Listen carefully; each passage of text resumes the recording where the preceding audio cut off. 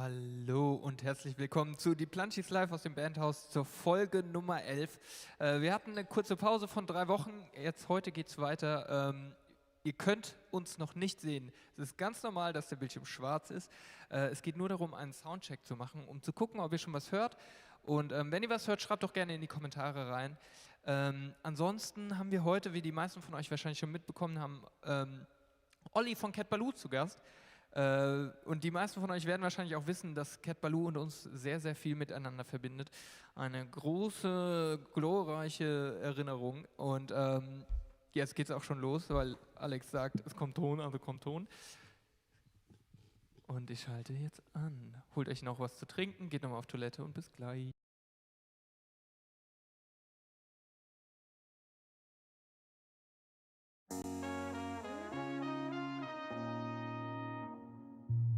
Ich kenn jede Straße und jeden Pflasterstein. Steig in die 18, komm zu mir, ich lade dich ein. Am Bildschirm an der Eck scheint die Sonne ins Gesicht. Wir schwenken bunte Farben, hier kannst du sehen, so wie du bist. Denn wir sind Familie, egal woher du gehst. Et ist die Kölsche schon bestellt, für dich und mich. Du bist mein Fehler. Du bist der Bütchen in der Not. Du bist der Wind in meinem See. Du bist mein Fädel für jeder, keinen Millimeter nach rechts. Kein Fädel für Rassismus, für Brung ist keiner Platz. Mal mit uns die Zukunft und in Liebe steckt die Kraft. Konfetti statt Kanone, Spaghetti statt Parole. Mal mit uns die Zukunft und in Liebe steckt die Kraft. Wir sind Familie, egal woher du gehst.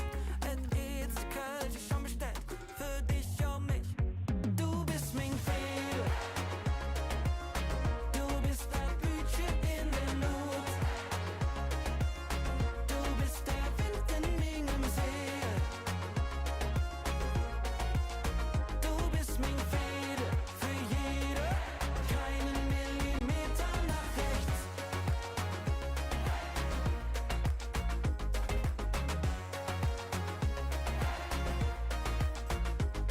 Nee, Millionen keine Millimeter nach rechts. Wir finden zusammen eine bessere Weg. Von alle Brungen Kopf wird mir schlecht. Lass mal nicht weiter hervorher hängen. Solange du nicht weißt, was das heißt. Wenn wir anders vorher können nicht. So wie du als kleine Fetze, ob je Wasser ist. Du bist mein Fädel. Du bist der Bütchen in der Not. Du bist der Wind in meinem See. Du bist mein Fädel für jeder, keinen Millimeter nach rechts. Du bist der Bütchen in der Not. Du bist der Wind in meinem See. Du bist mein Fädel für jeder, keinen Millimeter nach rechts.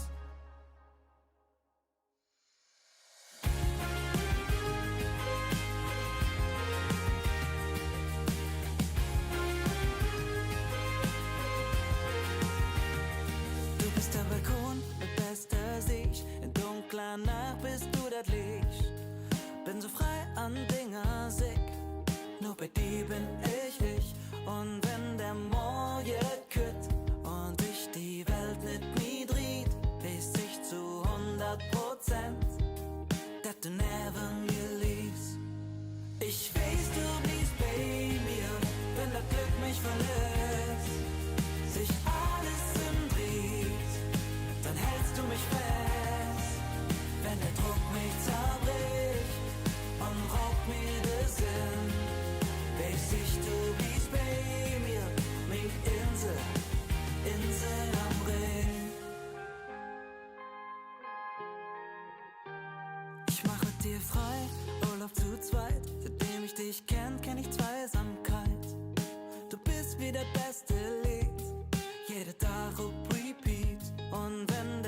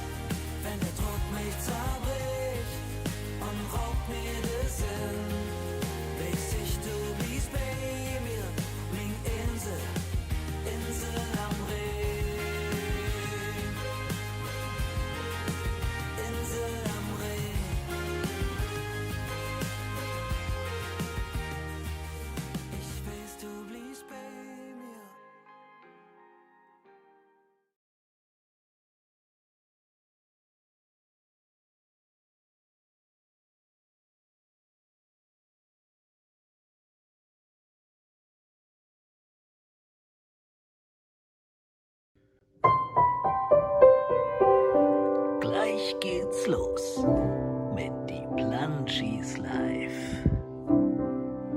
Wie immer ist das Konzert kostenlos. Doch wir würden uns sehr freuen, wenn ihr eine kleine Spende, quasi ein Ticket, Pay What You Want, in unseren digitalen Hut schmeißt. Per PayPal oder per Streamlabs. Wir freuen uns. Die Plunchies!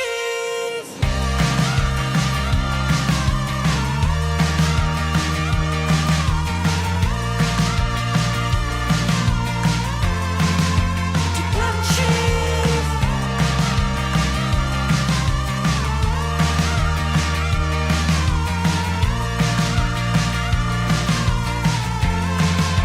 Die Plunchies!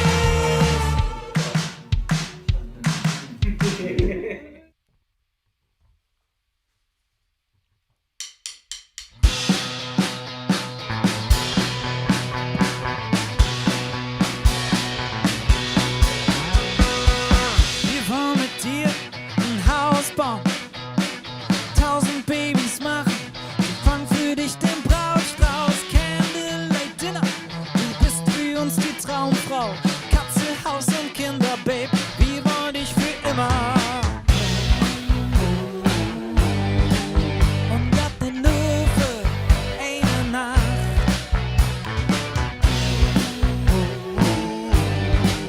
Wir haben das Frühstück schon ans Bett gebracht, denn wir sind keine Band für eine Nacht. Sind kein One-Night-Stand, so jetzt haben wir die gemacht. Wir sind eher Bands von echte langer Liebe. Move it like Planche, move it like Planche. Woo!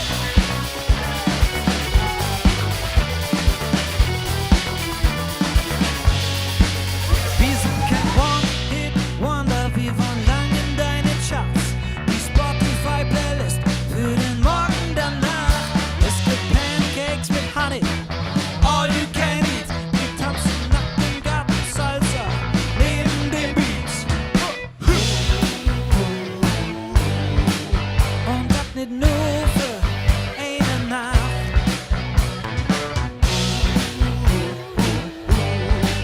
Wir haben das Frühstück schon ins Bett gebracht, denn wir sind keine Band für eine Nacht.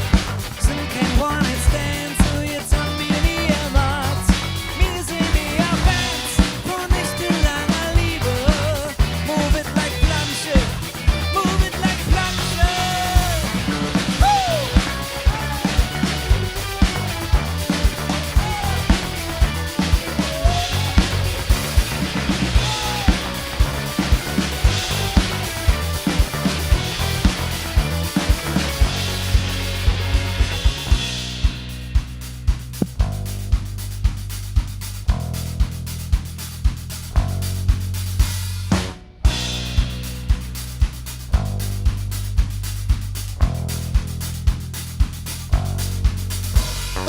Moves like Planche, moves like Planche, moves like Planche in your hips. Moves like Planche, moves like Planche, moves like Planche in your hips. Wir sind keine Band für eine Nacht, sind kein One-Night-Stand, so jetzt haben wir die gemacht. Wir sind eher Bands von echte langer Liebe. Move it like Planche, move it like Planche. Vielen Dank, Bianca.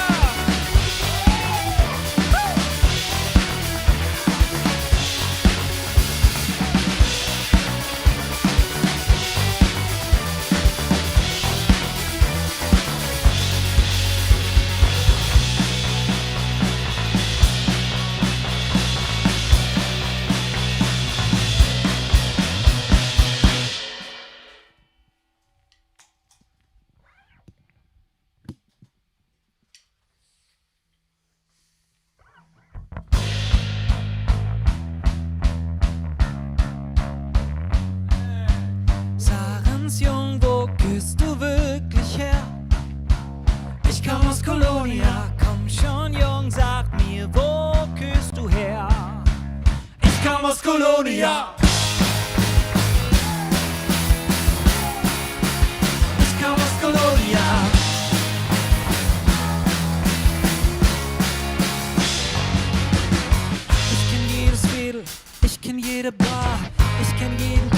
jeden Club und jeden Park.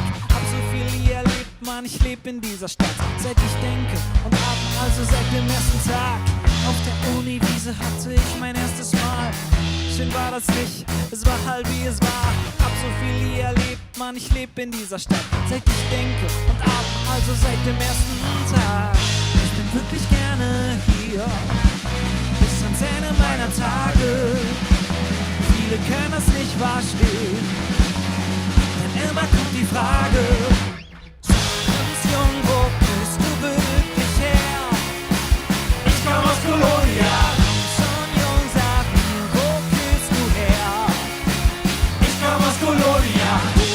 Und was in den Wurzeln, sag mal das Ding Sport. Du bist eine Latino aus Panama. Komm schon jung, sag mir, wo bist du her? Ich komm aus Kolonia.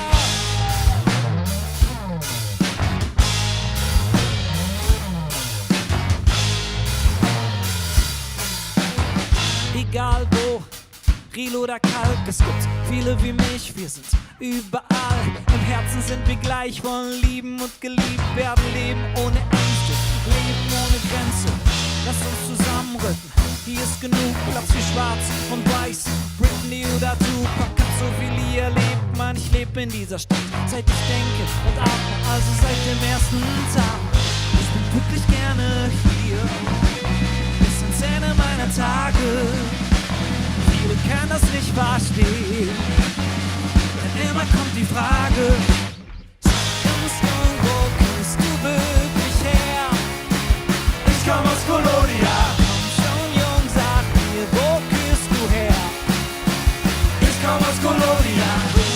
Und was in den Wurzeln, sag mal, ist den Sport. Du bist eine Latino aus Panama. Komm schon jung, sag mir, wo kommst du her?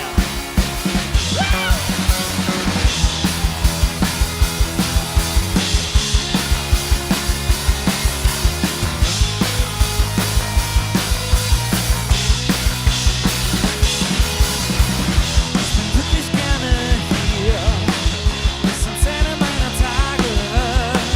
Viele können das nicht verstehen, denn immer kommt die Frage: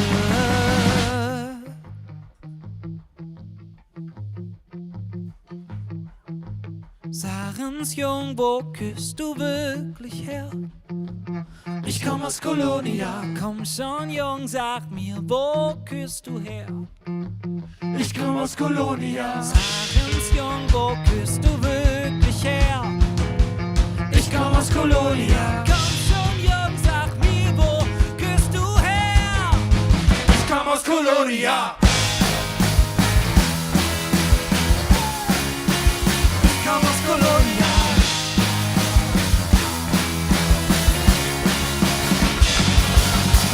Sarens Jung, wo küsst du wirklich her? Ich komm aus Kolonia. Komm schon jung, sag mir, wo bist du her? Ich komm aus Kolonia. Und was in den Wurzeln ist auch alles den Sport. Du bist eine Latino aus Panama. Komm schon jung, sag mir, wo bist du her? Aus Kolonia.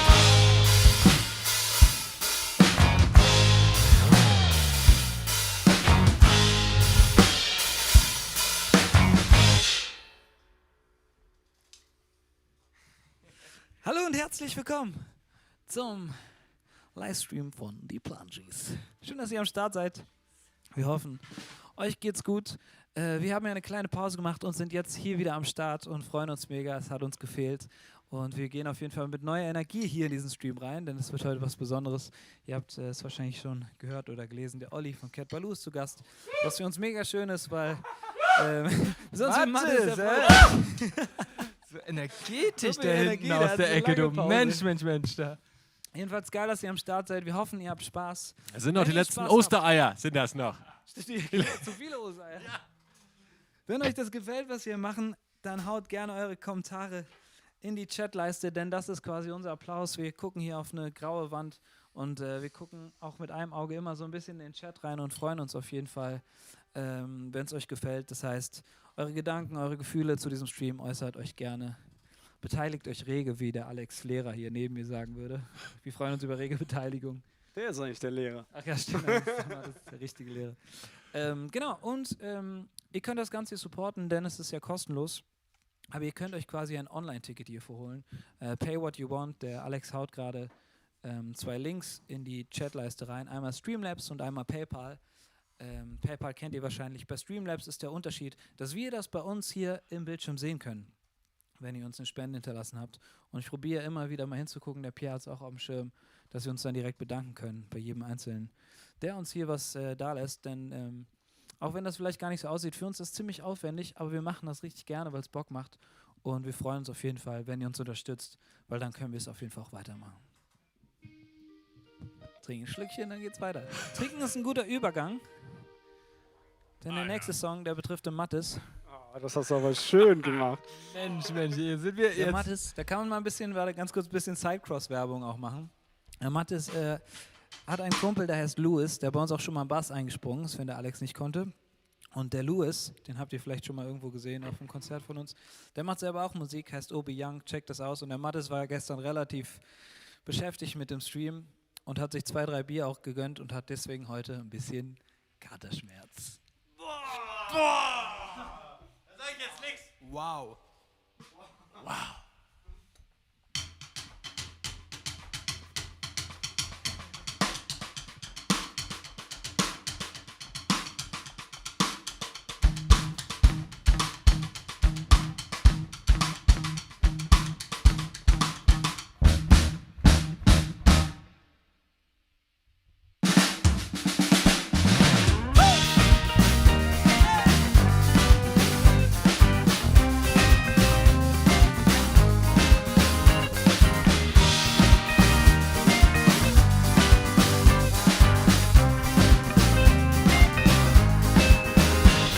Ich seh dich leicht verschwommen, Martini-Look, ich trag ein Karo-Hemd mit Sneaker.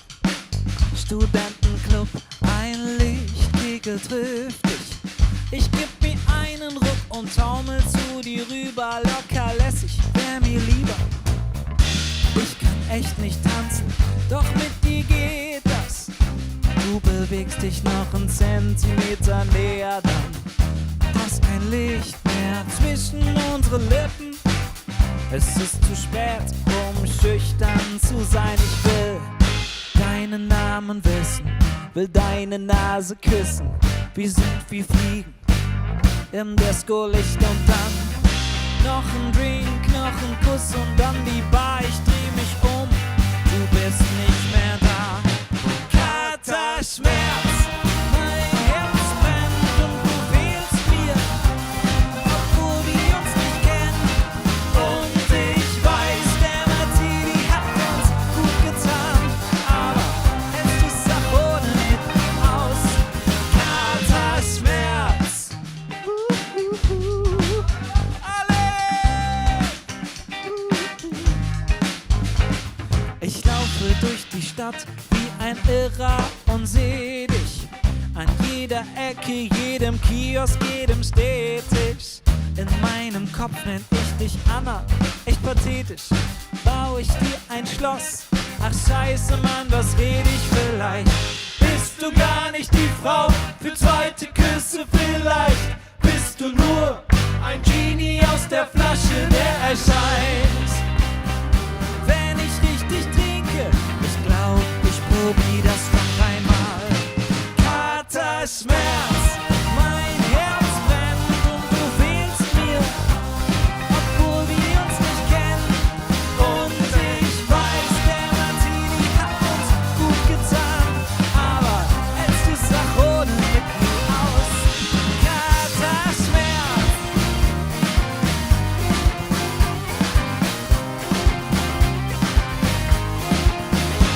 Und ich geh auf den Grund von jeder Flasche, um zu sehen, ob du dich dort versteckst. Und ich dreh am Rad und das seit Tagen, weil der Schmerz mich nicht verlässt.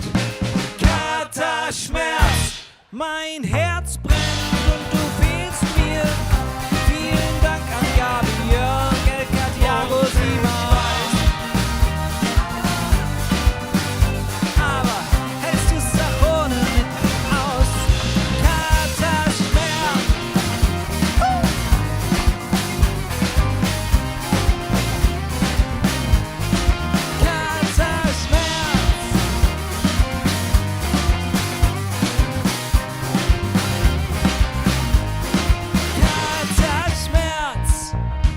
Vielen Dank jetzt schon an alle, die gespendet haben. Ihr habt quasi euer Ticket gezahlt. Vielen, vielen Dank. Wir freuen uns sehr. Und wir hoffen auch, ihr habt passend zu dem Song euch gut ausgestattet, dass es euch morgen so geht wie dem Mattes heute. Lasst uns noch mal singen.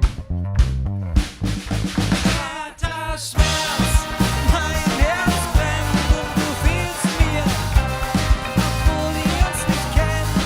Und ich weiß, der Martini hat uns gut getan, aber hältst du es auch ohne mit mir aus? Harter Schmerz.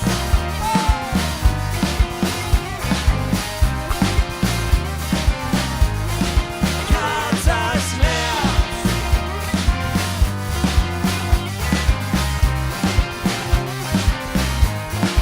Harter Schmerz.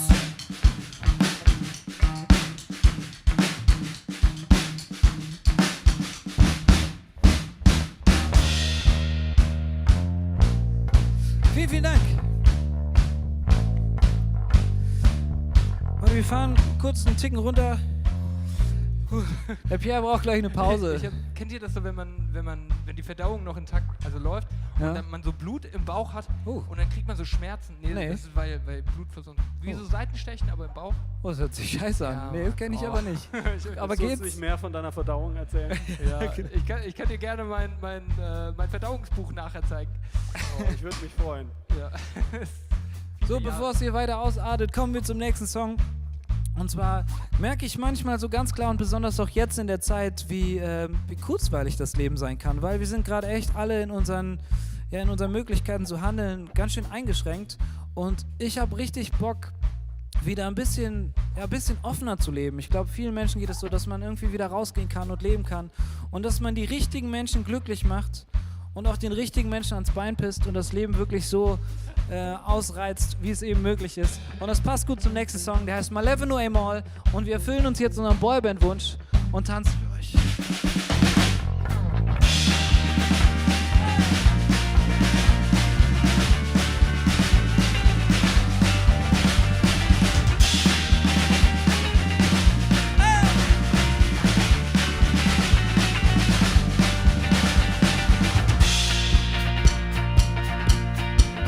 Wir sind auf Sicherheit bedacht, voller Tanze zu viel Krach. Man denke drüber nach, dabei bliebet. Man wolle Russland und jetzt sind wir das ganze Jahr wohin. Man denke drüber nach, dabei bliebet. Man sind nur Kürbis oder Straße fair. Man sind Gefangene für Jahre ohne Ziel. Mache immer nur dieselbe Tür, da musst du mir sehen. Man lebe nur einmal, man mache Fehler und denke viel zu viel. Und ist dann schon dabei. Man lebe nur einmal, man bliebe immer clever, dafür dacht das selbe Spiel. Dann geht er vorbei. Man lebe nur einmal.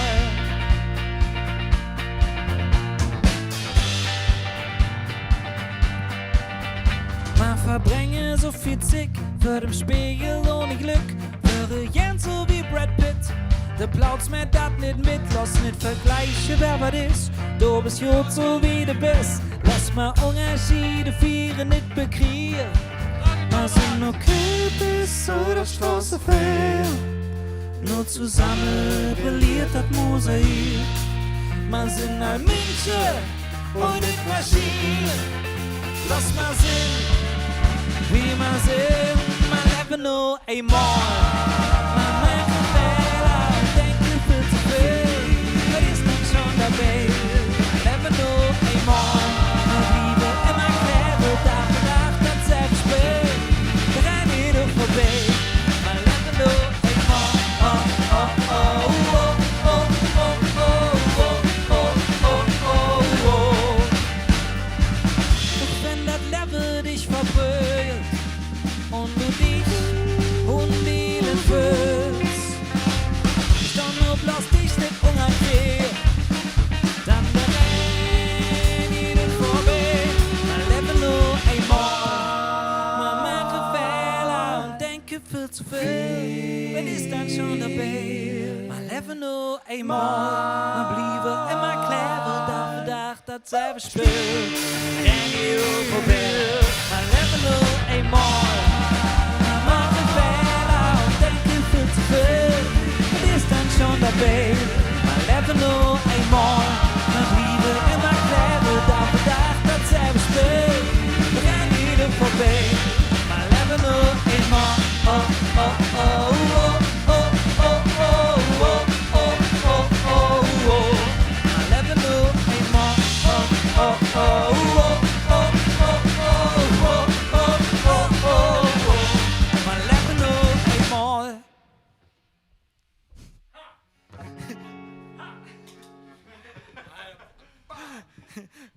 Dank. Danke an Vielen Dank Tienchen an und Tienchen. Thomas. Thomas war vorhin. Habe ich gesehen, von hier hinten. Was hast du gesehen? Sorry. Thomas war vorhin Ja. und Tienchen jetzt. Das Yes, hast du von vielen da Dank, euch hinten zwei. gesehen. Danke. Hier, von da hinten hast du das.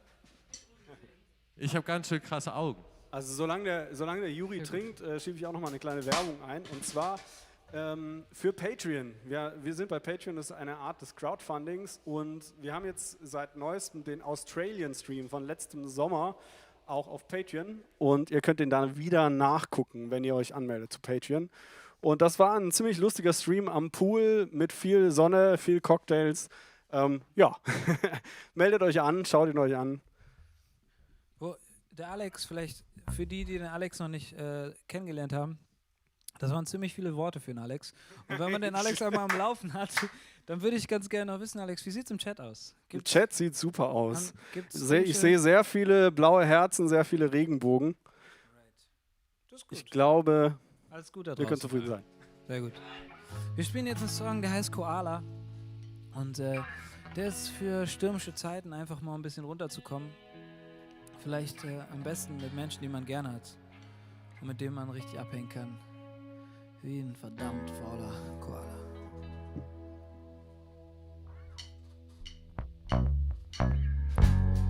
Ich lass den Nachbarn klingeln und den Wecker auch. Deine nassen Haare kringeln. Du weißt, was ich brauch. Und seine Wangenknochen sind mein Tellerrand. Ich schau nicht darüber hinaus. Unser Nest ist gut gebaut und du auch.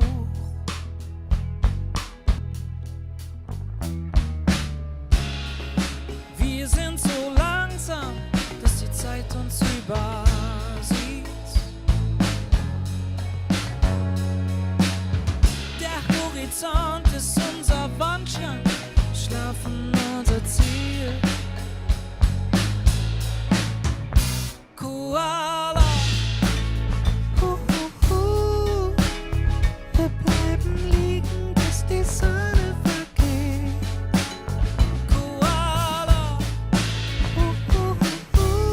bleib liegen, bis die Sonne vergeht.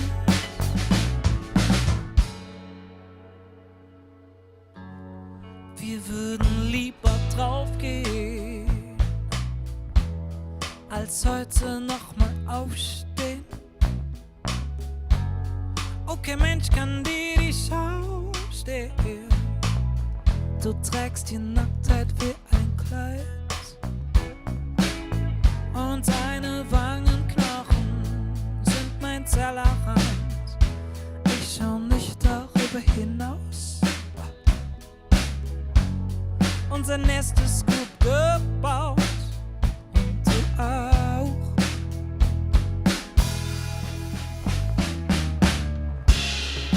Wir sind so langsam, dass die Zeit uns übersieht.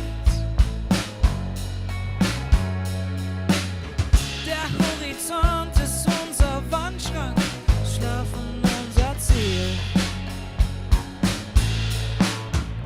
Koala, wir bleiben liegen, bis die Sonne vergeht. Koala, bleib liegen, bis die Sonne vergeht. Koala.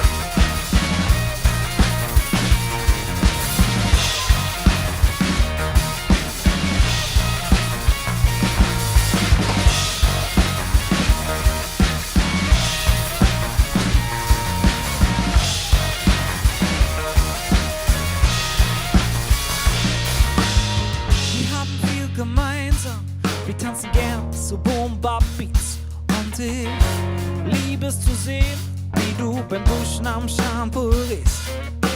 Viel ist nicht mehr geblieben, die Zeit mit dir war schön. Wir sind wie billiger Rotwein geworden, wir haben uns dran gewöhnt. Und ich will mich von dir trennen, doch du riechst gut, du riechst gut. Ich will nicht mehr bei dir pennen, doch ich lieg gut bei dir in deinem frisch gezogenen Bett und bitte schlafen. Wir fliegen an und Sex und was wir lieben. Und ich will mich von dir trennen, doch du riechst gut, du riechst gut. Du hast große Pläne, unser Kind heißt Sophie Marie. Unter 30 schwanger, du willst einen Altbau in Berlin. Mein Gewissen beißt mich, wenn du mich anstrahlst. Deine Pheromone fliegen und lassen mir keine Wahl. Viel ist nicht mehr geblieben, die Zeit mit dir war schön. Wir sind wie billiger Rotwein geworden, ja, wir haben uns dran gewöhnt. Und ich will mich von dir trennen, doch du riechst gut, du riechst gut. Ich will nicht mehr bei dir pennen, doch ich lieg gut bei dir in deinem frisch gezogenen Bett. Bitte schlafen, wir fliegen an uns Sex und was wir lieben. Und ich will mich von dir trennen, doch du riechst gut, du riechst gut.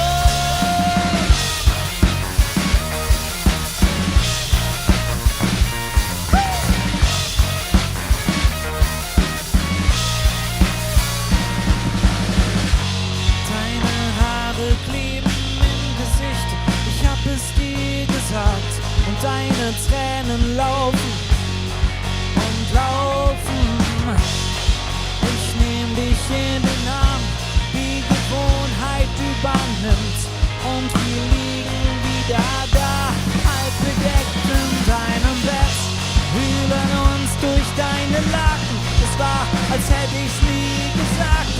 Wir vergessen, was mal war, bei der Kippe danach. Oh Mann, ich hab das echt verkackt, mich zu trennen fällt mir schwer.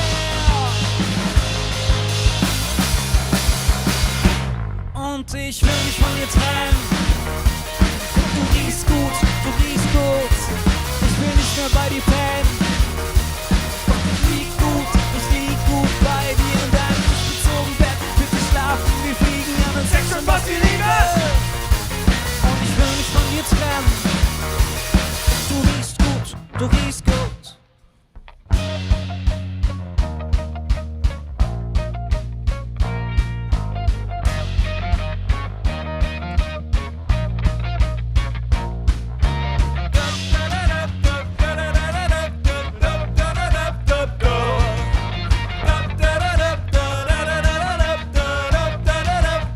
Und ihr da draußen, und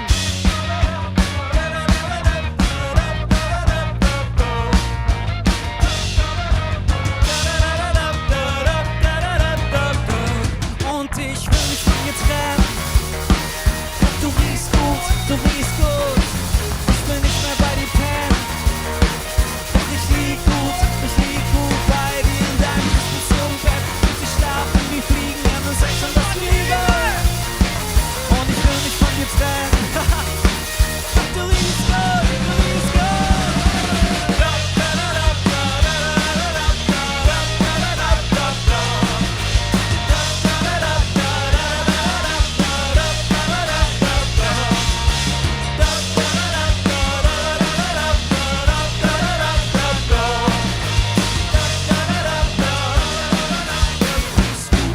Du riechst gut.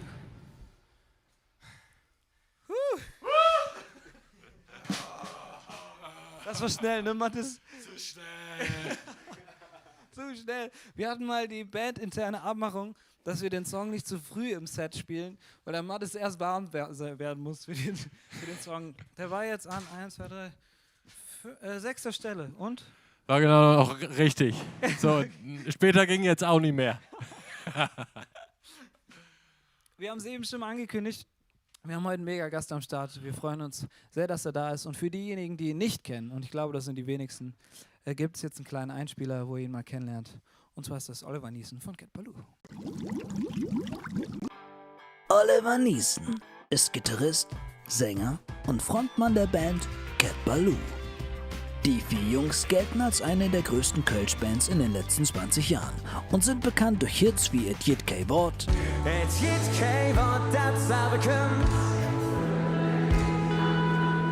oder auch und natürlich nicht zu vergessen mit modernen Sounds und jungen Themen treffen Olli und die Katzen den Zeitgeist der Domstadt und sind, wie ihr Bassist poetisch ausdrückt, einfach richtig geil! Jetzt haben wir in diesem Einspieler wirklich gar nichts über Oliver Neeson erfahren, aber wir haben die Zeit genutzt, um ihn per Skype dazuzuschalten. Und das ist ja irgendwie auch ganz geil! Ladies and Gentlemen, hier und jetzt für Sie, Oliver Neeson. Wo ich mich noch einwählen müsste. Moment, moin Olli, kannst du uns gut hören? Nein, ich höre euch nicht.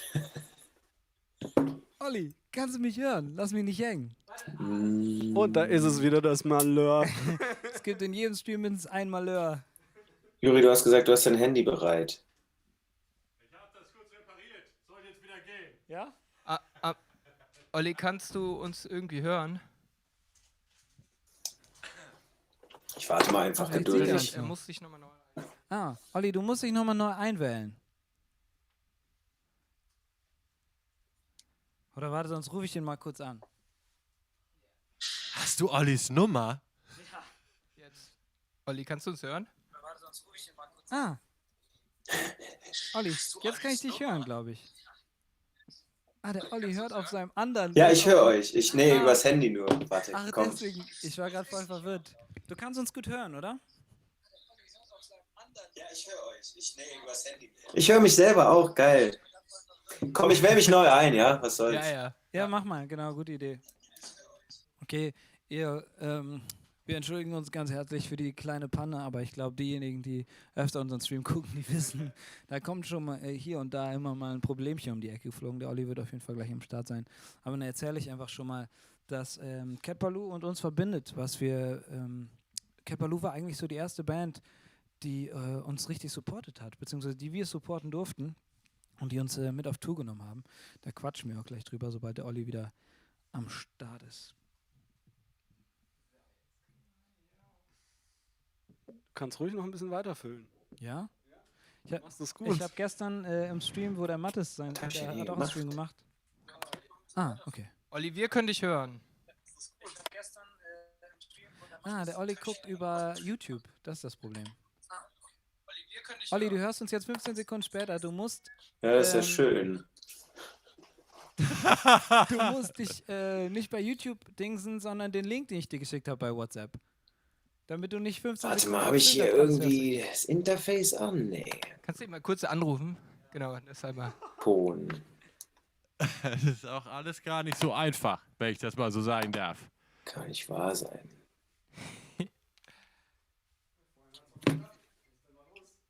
Hallo. Olli, grüß dich. Na, Ja, alles gut. ich bin hier im Stream und... Ich auch. Also, Wie geht's dir? Alles gut? ja, super. Okay, hier, pass auf, das Problem ist, kann es sein, dass du den Stream über YouTube guckst und nicht über OBS, den Link, den ich dir geschickt habe? Doch. Ich habe Ah. den Link eingegeben und YouTube hatte ich gerade mal an. Das habe ich aber dann jetzt ausgemacht. Okay. Wir hören dich sehr gut und auch ohne Latenz. Genau, wir hören dich super, aber du hörst mich, glaube ich, sehr verzögert. Kann das Aber sein? ihr könnt doch so einfach... Nee, ich höre euch gar nicht. Ich habe euch gerade kurz. Warte mal, das ist. Ich hatte. Hast du uns gemutet? Was Ja, du hast uns soll's? gemutet. Kann das sein? Ja, wahrscheinlich sind wir gemutet.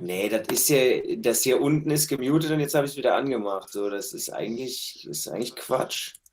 Ich habe meine Kopfhörer drin. Warte, ich stecke die mal aus und wieder ein. Nee. Aber Kopfhörer habe ich schon an, ne? Doch, ja. Ja, ansonsten, also wir hören ihn ja perfekt, wenn Also ist doch super so. Ja, pass auf, da mache ich dich jetzt auf... Nee, bleib's einfach so. Okay.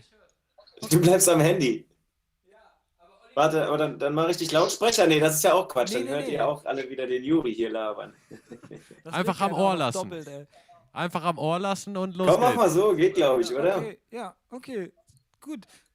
Hätte ich doch jetzt wenigstens die Kopfhörer fürs Handy jetzt Ja. gerade. Und Naja, der Olli komm. wird auch gut rausgesendet. Kriegen wir Ne? hin. Also, ja, okay. Nice, pass auf, Olli, dann machen wir es so. Ich war gerade am Lücke füllen, als es hier nicht funktioniert hat, habe erzählt, dass ihr mit Cat Ballou die erste Band wart und eigentlich auch die letzte, die uns noch in langen Hosen kennt und die uns so als erstes supportet hat.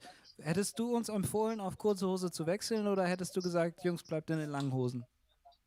Ich muss jetzt erst überlegen, ob ich euch wirklich in langen Hosen auf der Bühne kenne. Meinst du jetzt? Ey, wo habt ihr denn eine lange Hose angehabt? Ja, Habt ihr nicht schon einmal. immer die kurzen? Ja, in Jülich hatten wir einmal die langen Hosen noch an. Das waren so Jogginghosen. Guck mal. Da, in Leverkusen. Ach, in Leverkusen, ja, die hast du dann doch noch spontan dem Kevin geliehen, weil sein Gürtel oder Knöpfe irgendwie kaputt waren oder so. Stimmt. Ja, da sind wir schon fast bei einem guten Thema, was bei uns Tradition hat. Und zwar, unsere Gäste teilen mit unseren Zuschauern immer eine Anekdote, die ihnen unangenehm ist. Ne? Also wo man sich so wünscht, das hätte man verhindern sollen. Ne? Im besten Fall auf der Bühne, nicht Ja. Privatleben geht hier natürlich kein was an, sondern was so auf der Bühne, wo du dir denkst, fuck, das hätte anders laufen müssen. Hast du da was parat oder Ja. soll ich anfangen? Ja, ich meine, die Story gerade betrifft ja eher den Kevin so. Das ist natürlich ungünstig, sage ich mal. Ja, klar, ey, da passieren immer wieder Sachen, ne? Also, darf ich zwei erzählen? Ey, du kannst so viel erzählen, wie du willst. Weil die eine, die erzählt man, also ich meine, das ist jetzt eine Frage, die hat man schon öfter gestellt bekommen auch und dann erzählt man immer schnell von von unserem ersten Fernsehauftritt und erste Mal Köln Arena, irgendwie um 11.11. und so und da war die Gitarre nicht da und also die war im Sound nicht da, so, ne, und dann nee, das Keyboard war nicht da, genau, so war's. Aber die Gitarre. Und natürlich haben wir es alle gemerkt und unsere Gesichter schon total schmerzverzerrt und sehr panisch und so. Und das im Fernsehen live. Ja, und dann beim zweiten Refrain war auch noch die Gitarre weg, so war's. Und dann war halt, weil da hinten wild rumgestöpselt wurde und dann war so der dritte und letzte Refrain. Und da war dann nur Schlagzeug und Bass. Ihr wisst, wie das klingt. Ja. Das war auf jeden Fall sehr peinlich. Ich weiß nicht, ob es das noch im Internet zu finden gibt. Und das andere war, was wollte ich überhaupt erzählen? Ah ja, ich bin mal ausgerutscht auf der Bühne. Das war auch sehr witzig. Da lachen wir auch heute immer noch sehr herzlich drüber. Ich bin um den Dominik so rumgelaufen seitlich und bin so hingefallen, weil es da irgendwie so getropft hat. War in so einem Zelt. Und ich lag auf dem Boden und wir haben immer gesagt, egal was passiert, einfach eisenhart durchziehen. Und ich lag halt auf dem Boden so und habe halt weitergesungen. Und das sorgt immer noch für großes Gelächter im Bus, ja. Gibt's das online oder ist das zum Glück nur der Live-Moment gewesen? Nee, das war irgendwie so ein Festzelt, keine Ahnung. Das ist Da gut. gibt es leider nichts online, aber das war super. Ich gehe wieder ans Mikrofon, ich stehe wieder und so, hat mir auch richtig wehgetan. Und war so am Singen und gucke halt irgendwann so rüber, weil ich höre den Dominik nicht mehr singen. Und ich gucke so rüber und sehe halt einfach nur, der hat einen knallroten Kopf vom Lachen. So. Und in dem Moment musste ich halt auch loslachen, dann war es um mich geschehen. Ich habe den ganzen Kick halt durchgelacht. So. Kennst du das, wie wenn du in der Schule so beim Referat nicht lachen darfst und dann nicht mehr da rauskommst? muss man halt, ne? Das ist, glaube ich, das Problem. Aber ich glaube richtig gut, dass du dir nicht wehgetan hast, weil ich finde, erst ab dann wird es so demütigend. Weißt du, bis dahin ist es so ein bisschen unangenehm, dass man sich hingelegt hat, aber wenn man sich bei so einer Scheiße auch noch wehtut und dann... Nee, ich habe mir wehgetan. Oh nein!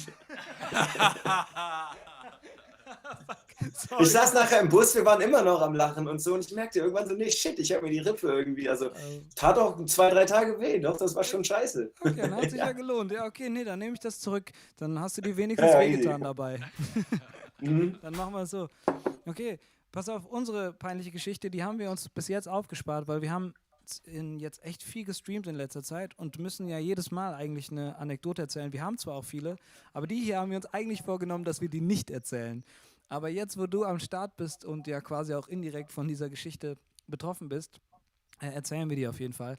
Und zwar ist das im Tanzbrunnen passiert und damit die Zuhörer da draußen, die vielleicht noch nicht im Tanzbrunnen waren oder jedenfalls noch nicht bei einer Veranstaltung im Tanzbrunnen, mal so ein leichtes Gefühl dafür kriegen, wie da so der Vibe ist bei so einem, beim Soundcheck zum Beispiel, haben wir hier kleine Videos vorbereitet, die feuern wir jetzt einmal ganz kurz ab.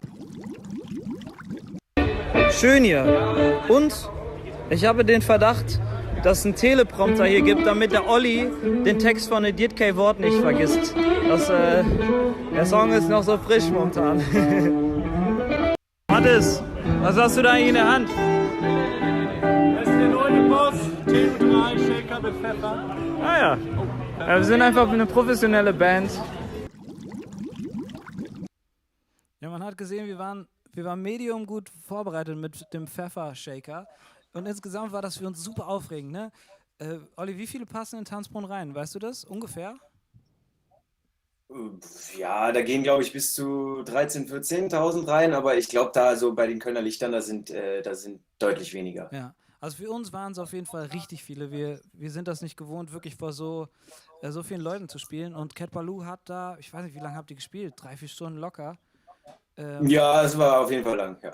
War auf jeden Fall lang. Und wir hatten die Ehre, einen Song auch zu spielen, ne, auf der Bühne von Cat Ballou. Und die Jungs haben gesagt, passt auf, so viel umbauen und so, das ist echt anstrengend, wenn wir da so lang spielen müssen. Wie wäre es, wenn quasi Cat Ballou den Song spielt und der Juri singt drauf? Habe ich großkotzig gesagt, ja, ist ja überhaupt gar kein Problem, können wir auf jeden Fall machen. Und war aber schwer aufgeregt, weil ich das so noch nie gemacht habe. Und kam also auf die Bühne, wir haben den Song gespielt, es lief alles gut, ne, war vorbei, es waren so viele Menschen. Wir gehen von der Bühne runter und ich war halt super erleichtert. Wir waren alle so erleichtert, dass das gut funktioniert hat. Dass wir uns aus Übereifer, könnte man sagen, halt dezent am Getränke-Catering von Cat Ballou bedient haben. Und da sagen wir, das eine oder andere Bier in uns reingeflossen ist. Innerhalb von 10 Minuten haben wir uns Glücks betrunken. Und dann kam plötzlich der Dominik von der Bühne runter und meinte, ey Jungs, wir spielen hier ganz schön lange und wir haben gerade noch das Go gekriegt, ihr könntet noch mal spielen. Und wir sitzen mit 3 Promille da in diesem Zelt, nichts gegessen, einfach nur aufgeregt. Und statt einfach klug zu sein, ne? Einfach klug sein und sagen, pass auf, Dominik, voll geil, dass du fragst, aber wir sind hackevoll, ist eine scheiß Idee, lass das nicht machen. Ich weiß nicht, wer es gesagt hat, aber irgendwer meinte so, ja, können wir machen. Klingt nach Alex. Das klingt nach Alex. Und dann sind wir da auf die Bühne gestolpert. Ich habe kaum den Weg zum Mikro gefunden und habe, glaube ich, die erste Strophe von Heimat komplett gefreestylt. Und der Alex war so gesellig, dass er die ganze Zeit so zum Kevin gegangen ist und sich die ganze Zeit so bei dem eingehakt hat. Und alle, so die Jungs von Cat Ballou, die waren alle sehr freundlich noch, aber man hat gemerkt, die sind auch ermüdet jetzt von 3, 4 Stunden Spielen. Und dann kommen so die besoffenen Gäste an. Ich glaube, das ist unsere Anekdote. Ich fand es, also ganz ehrlich gesagt, ich fand es eigentlich sehr erfrischend so, weil in dem Moment, wo ihr auf die Bühne durftet, waren die Kameras aus und das war halt eigentlich für uns der Moment, wo auch der Abend sehr entspannt wurde und deshalb war das eigentlich für uns sehr witzig, euch das so auf der Bühne zu haben. Es gibt ein Video, der Mathis hat klugerweise sein Handy direkt rausgeholt und ist mit Handy auf die Guter Bühne Mann. gegangen und hat die ganze Zeit, ist von einem Bandmitglied von Cat Ballou zum anderen gegangen, um so ein bisschen mit denen zu reden, wie es so ist, wie es denn läuft, ein bisschen über das Equipment mit dem Hannes gequatscht. Was für Equipment. leider ist dieses Handyvideo verloren gegangen, vielleicht aber auch besser. So schade. Es ist wirklich schade, aber so viel dazu. Und das bringt mich, ich habe heute überlegt, wie will ich hier so mit dir quatschen? Normalerweise lege ich mir so ein paar Fragen zurecht, dass die Leute draußen so ein bisschen Blickwinkel auf die Person kriegen, die hier zu Gast ist. Ne? Also was macht die aus? Aber diesmal habe ich mir überlegt, wir haben jetzt genug Zeit miteinander verbracht, Olli und ich, dass ich einfach nur Fragen frage, die mich interessieren. Und zwar zum Beispiel, eine Frage wäre, ihr seid seit 20 Jahren jetzt eine Band, ne? Wenn du abwägen müsstest, wie geil ist es, mit Leuten zu spielen, die man gut kennt? Und wie gerne würdest du mal mit anderen spielen? Es ist auf jeden Fall sehr cool, mit Leuten zu spielen, mit denen man sehr gut kennt, weil man einfach über so viele Jahre weiß man einfach, wie man miteinander umzugehen hat und wie auch besser nicht eigentlich und wenn es dann trotzdem passiert und so. Aber das ist schon ganz cool. Ich weiß halt nicht, wie es ist, mit anderen Leuten Musik zu machen, ganz ehrlich. Ne? Also ich weiß noch, ich habe einmal als Schlagzeuger bei so einer Jam ausgeholfen, bei einer Jam. Hört sich schon und richtig da gut war halt, an, Olli. ja, ich hatte tierisch Bock, Schlagzeug zu spielen. Das war irgendwie schön und da habe ich denen auch die ganze Zeit davon vorgeschwärmt und habe gesagt, es war cool, weil ich habe noch nie mit anderen Leuten Musik gemacht. Und das war, man ist halt manchmal irgendwo noch so Gast, ne? Dann merkt man halt auch, dass das auch mal inspirierend ist, so zu sehen, wie andere so bei Proben einfach so so mit der Situation umgehen und so. Das ist, aber irgendwie machen dann doch alle auch das Gleiche. So. Aber so hin und wieder könnte ich mir das schon ganz gerne auch mal vorstellen, aber geht natürlich nichts über meine Jungs. Ne? Verstehe ich. Sehr, sehr gut gesagt und ich glaube es dir sogar. Und mit wem hatte ich die Diskussion? Ich glaube, mit Mike vom Milieu hatte ich die Diskussion schon mal. Hättest du manchmal Bock, zum Beispiel nicht Sänger zu sein, sondern, weiß ich nicht, einfach nur ein Instrument mal zu spielen? Ja, klar. Ja, ne? Oh, ich wusste das. Das Ding ist, ich spiele kein Instrument richtig gut. Alles nur so, einfach eher so leicht unterdurchschnittlich. Das heißt, ich könnte auch nur in unterdurchschnittlich guten Band spielen. Aber ich würde richtig gerne nämlich auch mal einfach irgendwo so ein bisschen weiter auch hinten stehen und nur so für die Musik, so Musik machen. Ja, so hinten am Schlagzeug sitzen war immer so für mich so der Traum eigentlich. Weil ich gerne auch Schlagzeug spiele, aber weil man auch irgendwie, von da aus hast du so einen super Überblick so über die ganze Bühne, siehst du jedes Bandmitglied so von hinten und kannst so von da dann über deren Schultern ins Publikum gucken. Also du siehst eigentlich alles so. Ja. Und das ist, finde ich, glaube ich, so für so ein Konzert ein etwas erhabenes Gefühl. So. Ja, ich stelle mir das auch geil vor. Also ich habe mir das schon gedacht, weil ich habe bis jetzt noch niemanden getroffen, also der singt und so gesagt hat, ja, nee, ich will einfach nur singen. Weil ich glaube, manchmal wäre das richtig geil, auch was anderes zu machen. Pass auf, nächste Frage, da kannst du auch sagen, dass du nichts zu sagen möchtest. Ja, okay. Also ich meine, das kannst du generell sagen, aber du weißt, was ich meine. Einmal, mit wem würdest du richtig gerne mal Musik machen? Und mit wem zum Beispiel auf keinen Fall? Wo du sagst, nee. Boah, ey, beides sehr viele. Also ich könnte mir also es gibt natürlich sehr viele Musiker, die man selber sehr schätzt und deshalb, aber wen würde ich mir da jetzt mal eben so rauspicken? Alter Vater. Nee, keine Ahnung, ey, kommen mir direkt 100, also bis gar kein Name in den Kopf. Aber mit wem gar nicht? Fällt dir das schneller ein? Ist auch fies eigentlich, ne? Ja, es gibt natürlich Musik, die man sehr mag und es gibt Musik, die man so überhaupt nicht mag und dann gibt es so ein paar Nasen, die halt diese Musik machen und dann, ja. Na gut. Reicht irgendwie nicht, ne? Habe mir mehr erhofft, aber ich glaube, um jetzt einen Land zwischen Übergang zu machen, gefühlt hast du schon mit einem Musiker Musik gemacht, wo ich mir vorstellen könnte, dass das ziemlich geil ist. Und zwar durften wir für euch euer Konzert eröffnen in Hamburg und da war Ingo Pohlmann zu Gast. Ach so, ja. Und für uns, oder bei Pierre war es auch, bei mir war es auf jeden Fall auch so, war so, dieser Song Wenn jetzt Sommer wäre, war halt bei mir auf jeden Fall ein halbes Jahr ein ganz schlimmer Ohrwurm. Und plötzlich den so beim Soundcheck mal beobachten zu dürfen, das war eine geile Sache und da zeigen wir euch auch gerade mal eine kleine Matz. Eine Matz.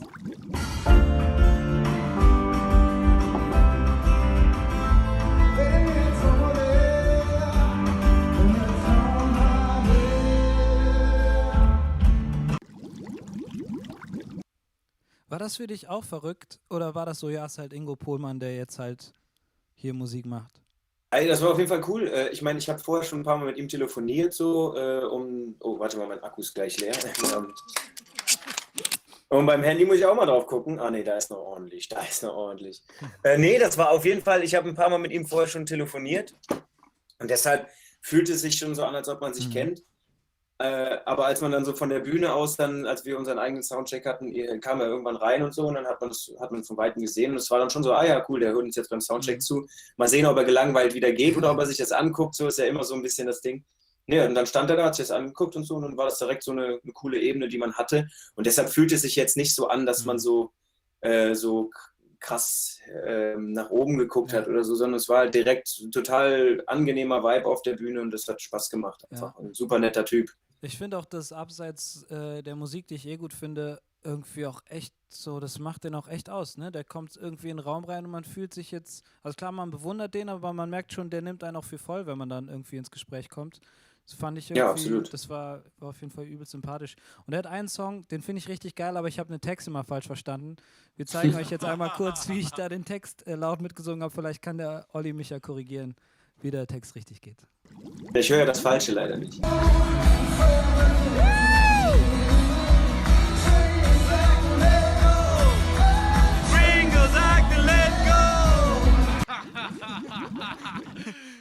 Aber Was der hast Olli du kommt's da jetzt gesungen? nicht- Weißt du? Olli konnte es jetzt nicht sehen, beziehungsweise hören. Doch, sehen konnte ich Also, es schon. Ich kann leider nicht hören, was okay. in den Videos so Also läuft. ich habe gesungen, Gringo sagte let go. Wer? Gringo? Gringo sagte let go. Weißt du, was er wirklich singt da? Ja, Train Yourself to Let Go. Das ist ein Ah. Zitat aus Star Wars, glaube ich sogar. Ne? Der singt doch auch von wegen der kleine grüne Mann aus Star Wars. Ja, Train Yourself to Let Go. Ah, Da sieht man mal, wie gut du auch. So heißt der Song, glaube ich, auch. Okay, gut, aber ich fand Gringo sagte let's go ist eigentlich auch eine richtig gute Zeit. Auf jeden Fall. Und ich Ziemlich gut. finde auch, dass das jetzt wieder ein guter Übergang sein kann. Okay, der Alex ist jetzt gerade nicht da, den bräuchte ich eigentlich. Denn wir spielen ja auch ein... Der hat übrigens einen hervorragenden Schnürres heute, muss ich sagen. Ne? Hat er doch sonst nicht so Nee, das offensiv, oder? ist so ein bisschen D'Artagnan-Style. Naja, finde ich sehr gut. In die Richtung. Alex! Naja, dann mache ich das jetzt kurz. Wir wollen jetzt ein Spiel spielen und zwar geht es da auch um Songtexte. Und wenn ich dieses Spiel gegen den Olli spielen würde, würde das sehr, sehr traurig ausgehen, weil wie ihr eben mitbekommen habt, bin ich nicht so gut mit Songtexten. Aber der Pierre wird spielen, sobald der Alex, der ist einfach rausgegangen, wir wissen. Eigentlich kommt das Spiel auch gleich erst. Es kommt vorher, kommt doch ein Video noch. Okay, das sagt ihr mir jetzt, nachdem ich so 5 Minuten schon erzähle. Was kommt denn jetzt? Okay, sorry, wir spulen zurück. Wir waren mit Cat Baloo in Hamburg, in Oberhausen. Oberhausen war das. Und da gab es einen sehr großen Backstage-Bereich. Und da haben wir zusammen Musik gemacht. Oh ja, Und stimmt. das Video dazu zeigen wir euch jetzt. Und danach gibt es noch eine kleine Überraschung. Ja? Eine kleine Überraschung, die kennt auch der Olli noch nicht. Denn wir haben heute wieder noch einen Gast live hier, beziehungsweise eine Gastband live hier.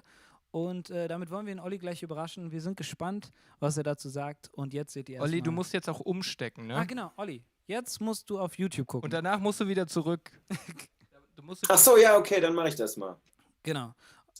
Viel Spaß jetzt erstmal mit dem Song. Die Welt schaut drauf zu meinem Fenster. Mit müden Augen, ganz staubig und scheu. Ich sitz hier oben auf meiner Wolke. Ich seh dich kommen, aber du gehst vorbei. Doch jetzt tut's nicht mehr weh. Nee, es tut nicht mehr weh. Und alles bleibt stumm und kein Sturm kommt auf, wenn ich dich seh. Es ist vorbei, bei Junimond. Es ist vorbei, es ist vorbei, bei 2000 Stunden habe ich gewartet. Ich hab sie alle gezählt und verflucht. Ich hab getrunken, geraucht und gebetet. Und alles bleibt stumm und kein Sturm kommt auf, wenn ich dich seh. Es ist vorbei, bei Junimond. Es ist vorbei, es ist vorbei, es ist vorbei, bei Junimond. Es ist vorbei, es ist vorbei,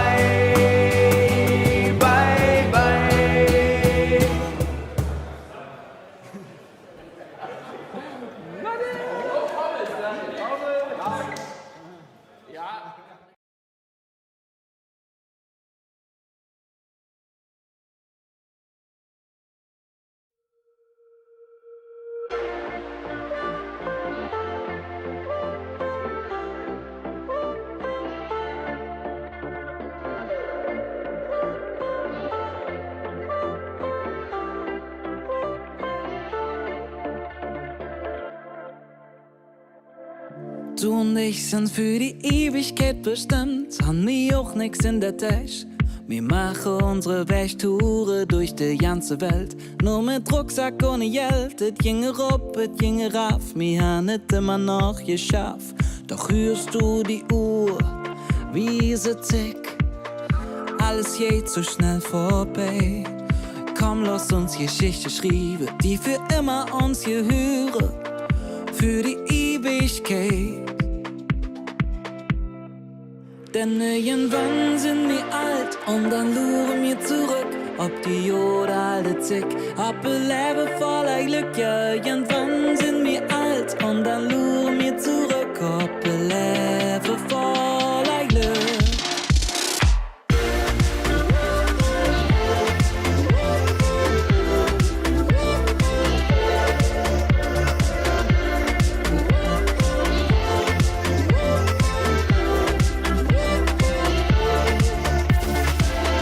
Das mit uns ist für die Ewigkeit bestimmt, nicht mir die jüngste Hück, doch mir bliebe verrückt, leben nur von Luft und Liebe. Han immer Bock zu feiern, tanzen nachts auf der Straße, bei uns ist immer noch jetzt los. Doch hörst du die Uhr, wie sie tickt, alles geht so schnell vorbei. Komm, lass uns Geschichte schreiben, die für immer uns gehören, für die Ewigkeit. Denn irgendwann sind wir alt und dann luren wir zurück, ob die oder alte Zick, ob ein Leben voller Glück. Ja, irgendwann sind wir alt und dann luren wir zurück, ob ein Leben voller Glück. Irgendwann sind wir alt und dann luren wir zurück, ob die oder alte Zick, ob ein Leben voller Glück. Ja, irgendwann sind wir alt und dann luren wir zurück, ob ein Leben voller Glück.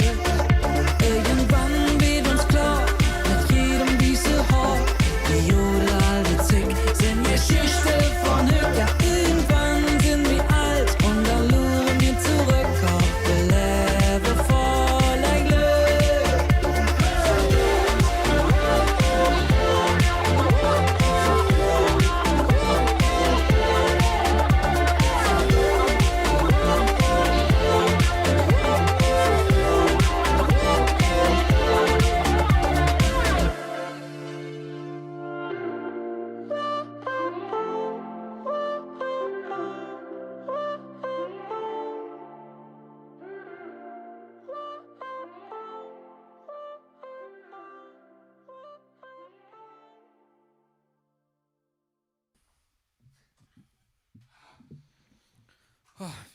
Hat sich gut angefühlt, ne? Ich bin so dumm, weißt du warum? Warum?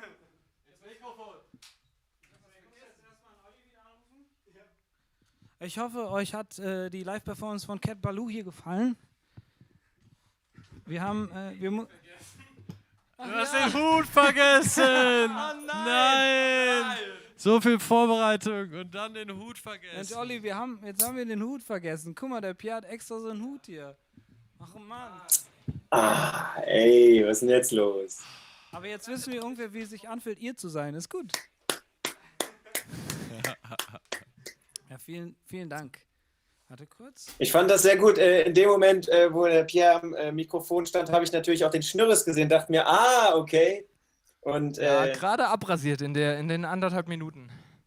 war aber dann doch irritiert, als er angefangen hat zu singen. Ne? Das Ja, war dann das war- kurz seltsam. Hast du auf den, ich finde besonders muss man eigentlich auf den Alex achten. Der hat nämlich jetzt eine Woche damit verbracht, sich Videos von Kevin anzugucken und seine Moves, seine Bass-Moves richtig zu üben. Ich war richtig beeindruckt Das gerade. ist, ich habe riesen Hat der Respekt Mattes vor auch ihm, weil deshalb ein er- schwarzes T-Shirt an und so? Ja, Ja. und ist uns gewaschen. Das T-Shirt meine ich jetzt. Hannes sieht immer so sauber aus. Aber ich habe Ja, leider du nicht hast die nur Muckis. beim Ich Dominik hätte hast du noch einen mehr. Move auf jeden Fall vergessen, Juri. Welchen? Ja, warte, ich muss das kurz, wenn ich hier so... Also du hast auf jeden Fall, ich weiß ja nicht, wie der Dominik guckt, ich glaube, das war ähnlich. Aber wenn der so, sagen wir hier, das Mikrofonstativ, ne? So, Ja. sieht man das? Ja. So, dann hält er das immer oben sehr fest und rupft das immer so von links nach rechts und wundert sich dann immer, warum die Schwanenhälse so ausgelutscht sind. So. Ja, voll. Shit, ja, richtig. Ich habe einen Move aber studiert und das habe ich heute dem Mathe schon gesagt. Da habe ich so gedacht, boah, der Dominik ist ein verdammter Profi. Und so hat er Folgendes gemacht. Das ist auf einem Handyvideo, was ich mitgefilmt habe. Ich glaube Oberhausen, aber ich bin mir nicht ganz sicher. Da legt er sich, also vielleicht hat er das unbewusst gemacht, aber ich meine, er hat sich die Haare bereitgelegt, so kurz vorher, um dann auf so einen Break so zu machen. Und das sah aus wie eine Shampoo-Werbung. Ohne Scheiß. Ich habe das noch nie jemanden gesehen, der das so verdammt elegant macht. Ich habe es auch probiert. Bei mir, das sah einfach nur nach Verrenkung aus. Deswegen habe ich es heute auch gelassen. Aber dafür auf jeden Fall Props. Ja, wie du schon sagst, der Vollprofi. Also, Ja, kann man nicht anders sagen. Der kann das. Pass auf, jetzt kommen wir zu etwas Besonderem. Und zwar, der Pips spielt gegen den Olli ein Spiel, was Songtext betrifft, ein sehr schwieriges Spiel. Und der Alex wird jetzt mal hier die Moderation übernehmen. Es gibt einen kurzen Einspieler für die Leute, die vielleicht den Stream hier noch nicht so oft gesehen haben. Erklärt dieser Einspieler einmal kurz die Regeln des Spiels. Das Plantsche Songquiz. Ihr bekommt gleich eine Textzeile aus einem Song vorgelesen. Anhand dieser müsst ihr den Titel und den Interpreten erraten. Für beide gibt es jeweils einen Punkt.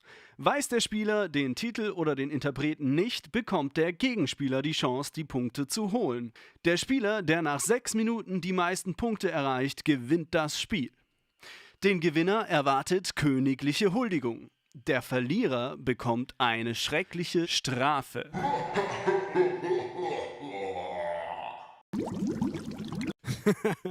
Ja, damit herzlich willkommen zum Plantsche Songquiz. Olli, hallo. hast du die Regeln verstanden soweit? Ich habe keine Regeln gehört.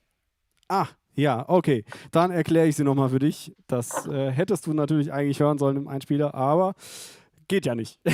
Also, ich lese eine Textzeile vor und du musst anhand der Textzeile Interpret und Titel des Songs erraten. Du hast immer die Option auch zu sagen, dass ich es vorsingen soll.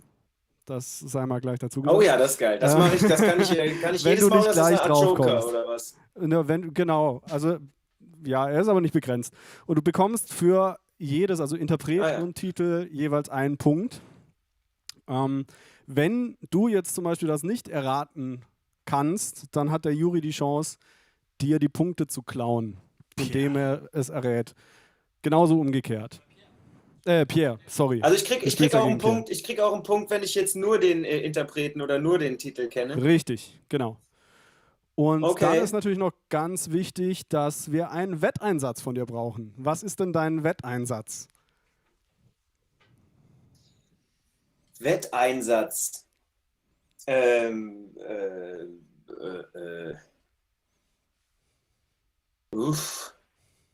Ach so, ich habe gehört, mir ist zu Ohren gekommen, dass ihr gemeinsam wohnt. Ist das richtig? Das ist richtig.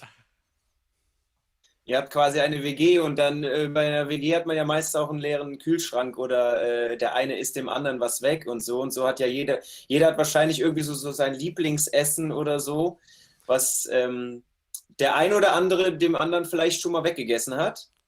Und ja, ich dachte mir, vielleicht mache ich euch... muss man dazu sagen. Weil wir einen Veganer haben und einen Vegetarier und dann zwei, die normal essen. Ja. Ist das richtig?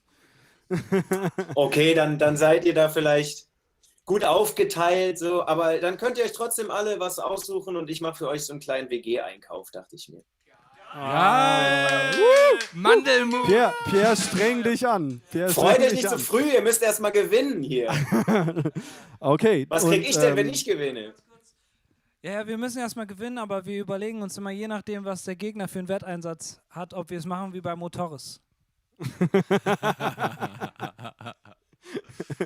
Ja, da gibt es eine kleine Geschichte dazu. Ihr zinkt hier, oder was? Nein, es wird nicht gezinkt. Aber Pierre, du musst trotzdem auch noch deinen Wetteinsatz hier zugute geben. Ja, ich habe mir gerade eben überlegt, ich habe ja so ein bisschen vergessen, ich habe mir gedacht, gerade eben in der Pause irgendwie so, ja, ich glaube, ich mache einfach einen Rap.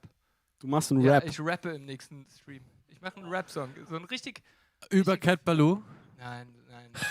Oder du machst das... Nein, wenn dann, keine Ahnung, über Planschmalle oder über den Bus oder so. Oder du machst das nächste Mal, wenn wir live spielen. Wie wäre das? Okay, ist gebongt. Das nächste Mal, wenn wir live spielen, rappt Pierre. Finde ich gut. Okay, dann lege ich los. Olli, du... Du kommst zu mir ins Bild. Okay. Ja, also wir fangen mit Olli an. Olli, bist du bereit? Hier kommt deine erste Frage. Die ganze Welt ist frisch verliebt, in meinem Kopf nur dieses Lied. Die ganze Welt ist frisch verliebt, in meinem Kopf nur dieses Lied. Richtig. Ah, fuck, das kenne ich schon, ne? Mhm. Die ganze Welt ist frisch. Ja, singen, klar, ich will dich jedes Mal singen hören. Okay. Die ganze Welt ist frisch verliebt, in meinem Kopf nur dieses Lied.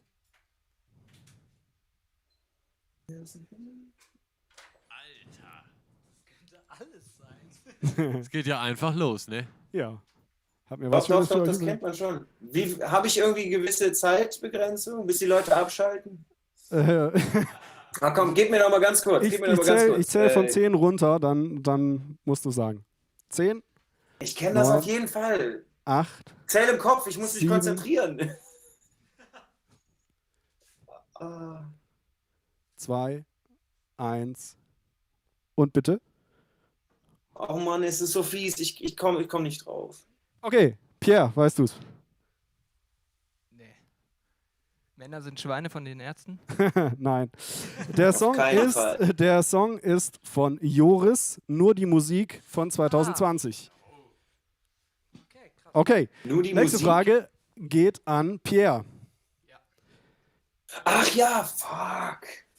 Piep, piep, wenn es nicht bald zu ihm fliegt. Sing mal. Piep, piep, wenn es nicht bald zu ihm fliegt. Barbara Schöneberg? Ich weiß es. Ey, aber nicht Weißt du nicht? googeln, ne? Weißt du nicht? Ich weiß es. Also, Okay, ja. Olli, weißt du's? Ja, da seid ihr zu jung für wahrscheinlich, oder? Ist das nicht, ist das Piep, Piep, kleiner Satellit von Blümchen? Richtig, 2 Punkte für Olli. Sehr geil. Piep, piep, kleiner Satellit von 1996. Guck. Großer Hit. Oh, jetzt müssen wir noch das Jahr dazu erraten. Sowas ist auch geil. Na, das sage ich dazu.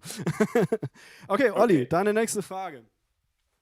Mir war von Anfang an klar, möchtest du hier überleben, musst du besser als der Rest sein. Es kann nur einen geben. Das klingt nach Rap, oder? Ja, sing mal. Mir war von Anfang an klar, möchtest du hier überleben, musst du besser als der Rest sein. Es kann nur einen geben.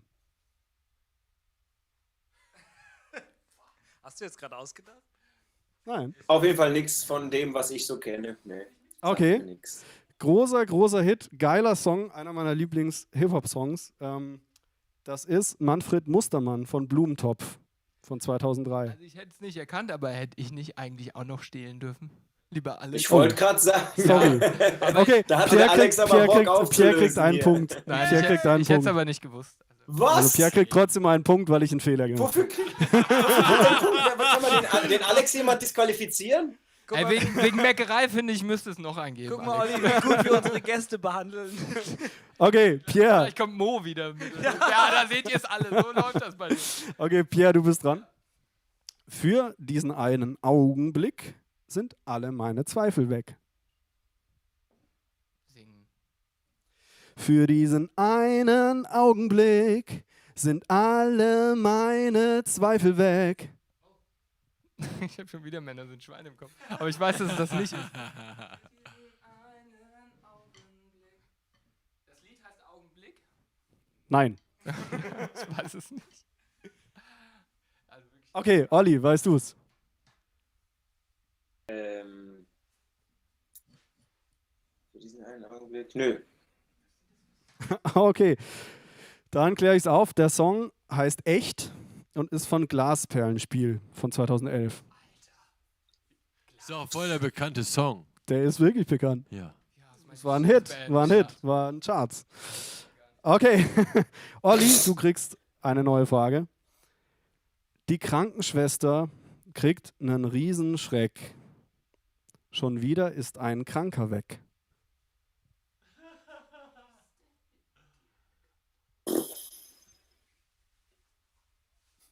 Ja, singen, klar.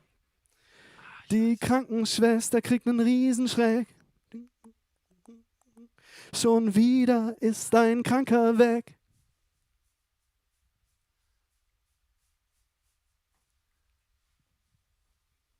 Das klingt so ein bisschen nach Neuer Deutsche Welle, ey, oder? Nicht schlecht. Warte mal, du hast auch so, du hast so eine Lücke, warte mal. Sing nochmal, darf ich nochmal hören, ich kann's bevor ich noch wieder nicht. hier einen Strafpunkt kriege? Die Krankenschwester kriegt einen Riesenschreck.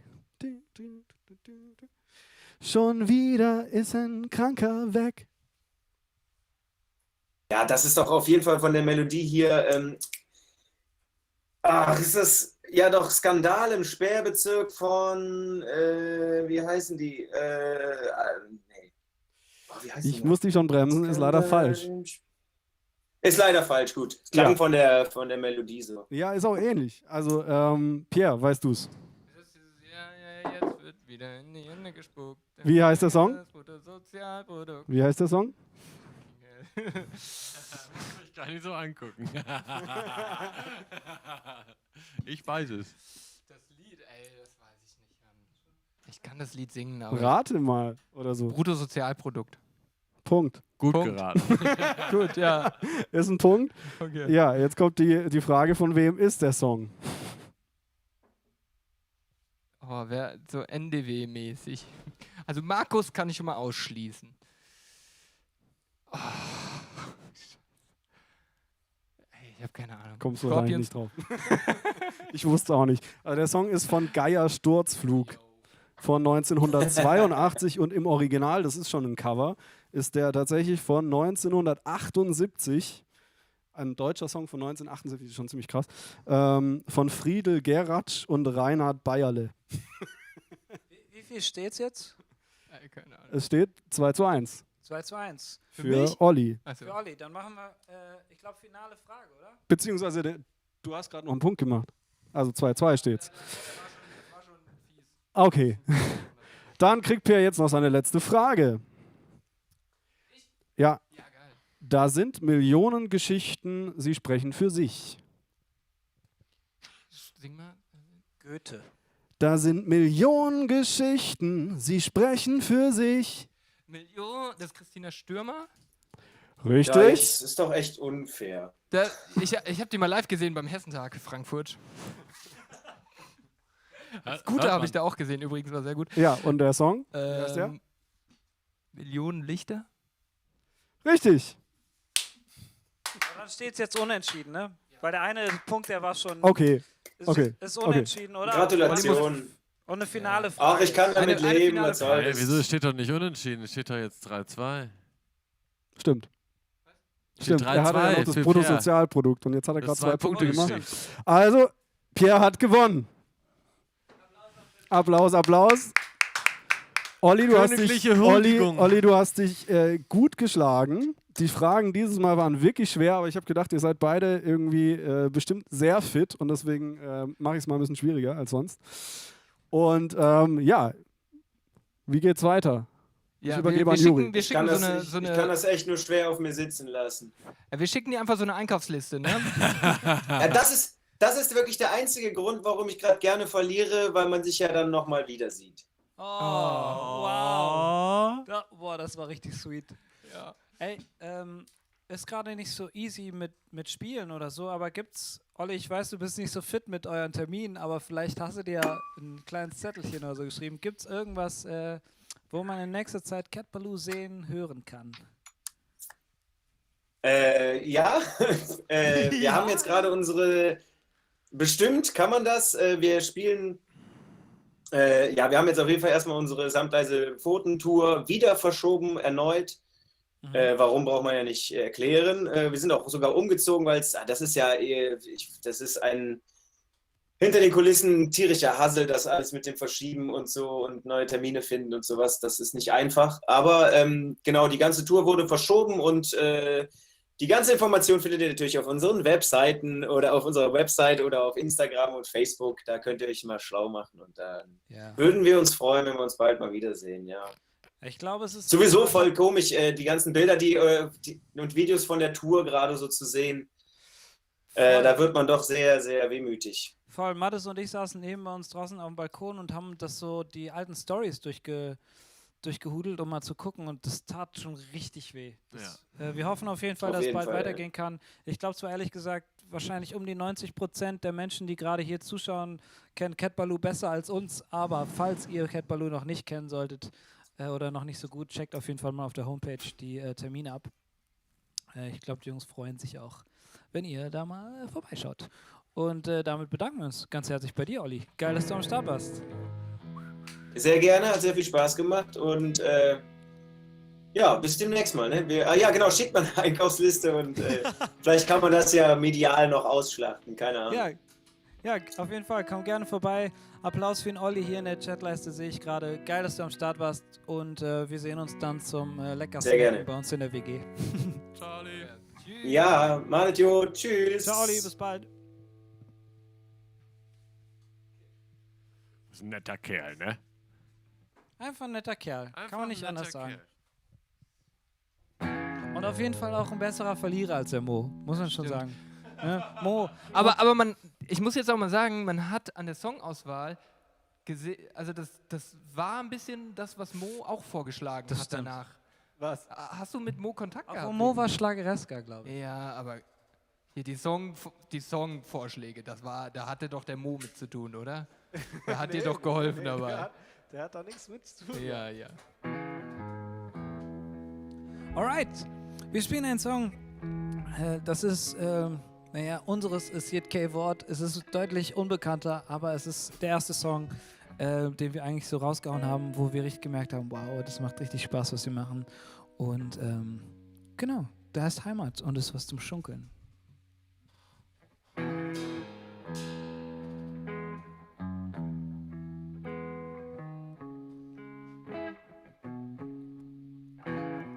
Ich bin hier geboren, han de kölsche Sprach gelehrt. Min Mam hat mich erzogen, zu gut wie Steve in de Sier. Ich troffe dat de Mädchen, han gedanzt so kölsche Tön. Et joff so viel letzte Male. Even nicht alle Woche schön. Ich bin hier zu Hus, ich blieb am Ring, ich brauch nicht mehr. Aber trotzdem freu ich mich jeder. Jung, wo küsst du her? Das ist mein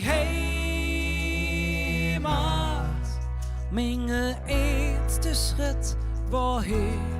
Dat is mijn heimat. Egal wat ook passiert. Ich war nie so ganz dabei.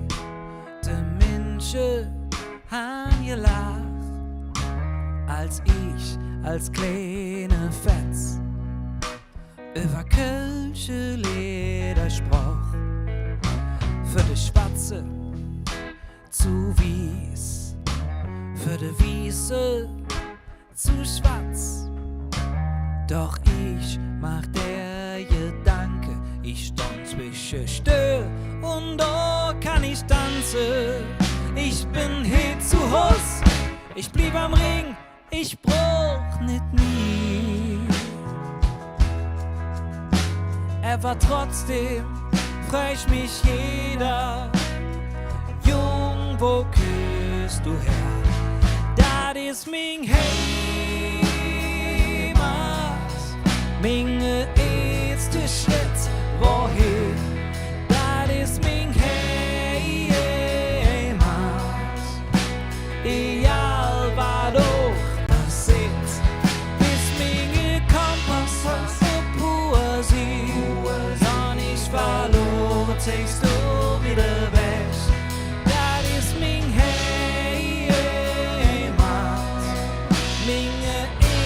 Schritt, wohin? Du musst nicht lang sein, mit dir geboren. Egal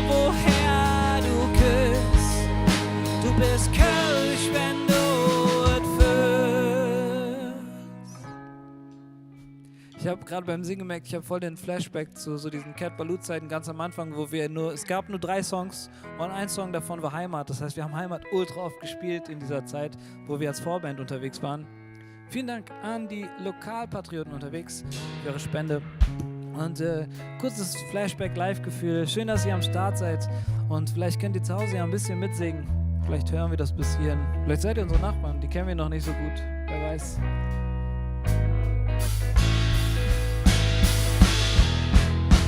Das ist mein Heimat. Meine erste Schritt wohin. Das ist mein Heimat. Egal was auch passiert, ist meine Kompass und Poesie. Gar nicht verloren, siehst du mir den Weg. Kein ist mein Heimat. Meine erste Schritt wohin.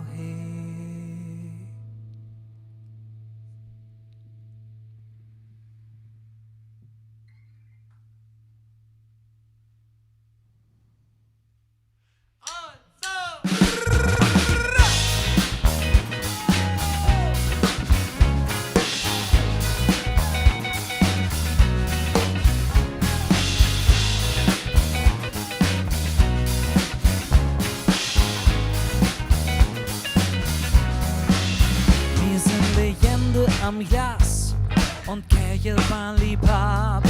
So viel mit Spaß, wir sind nicht strafbar.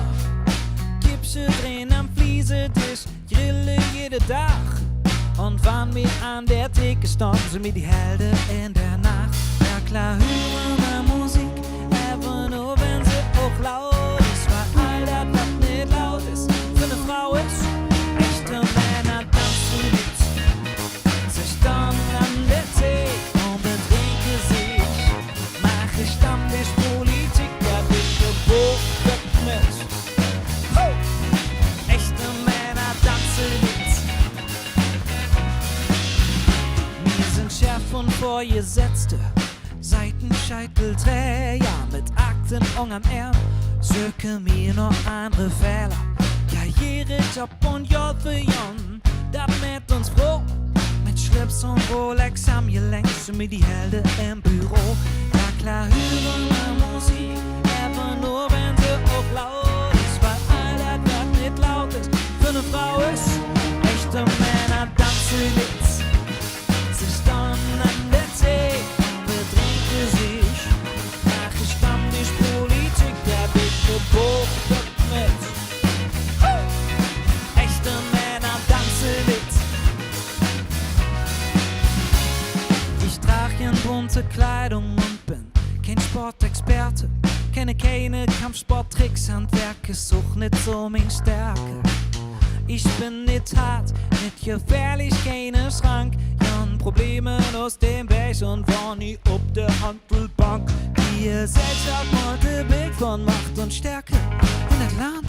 Und weil ich ja irgendwie anders bin ich jetzt keine Mann. Ladies and Gentlemen, hebt die Arme für Alexander!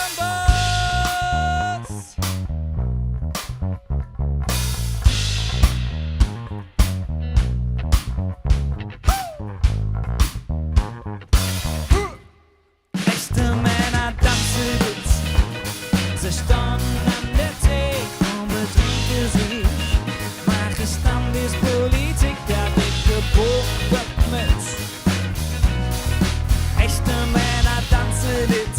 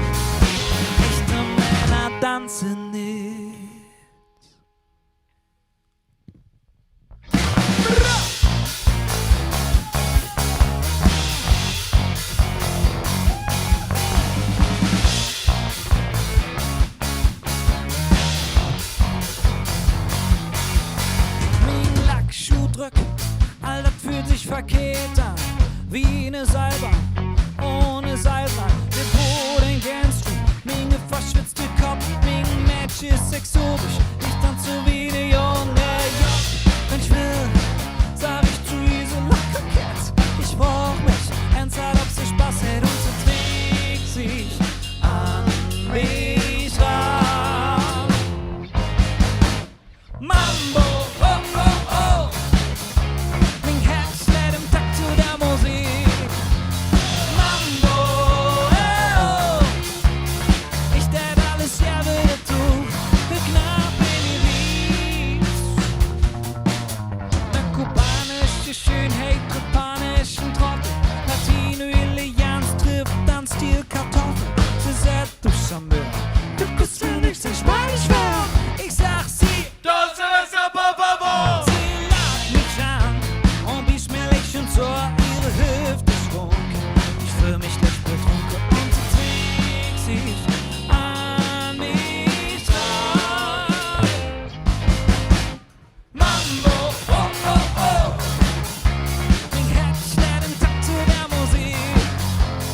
Mambo, oh, oh. Ich tät alles ja wieder tun.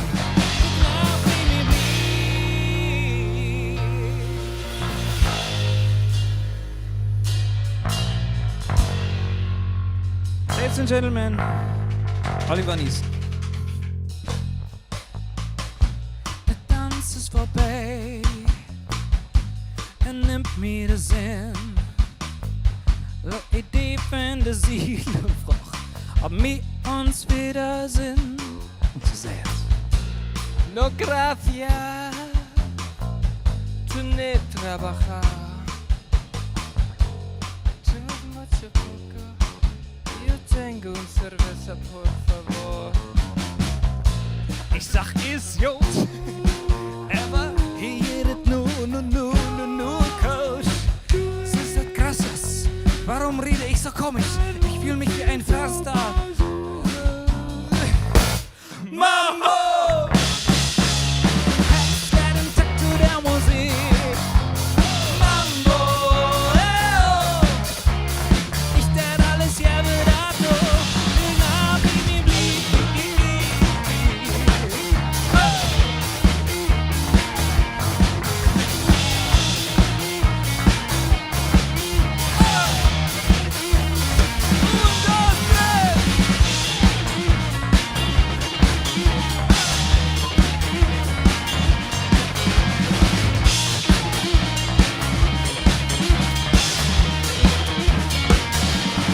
Mambo!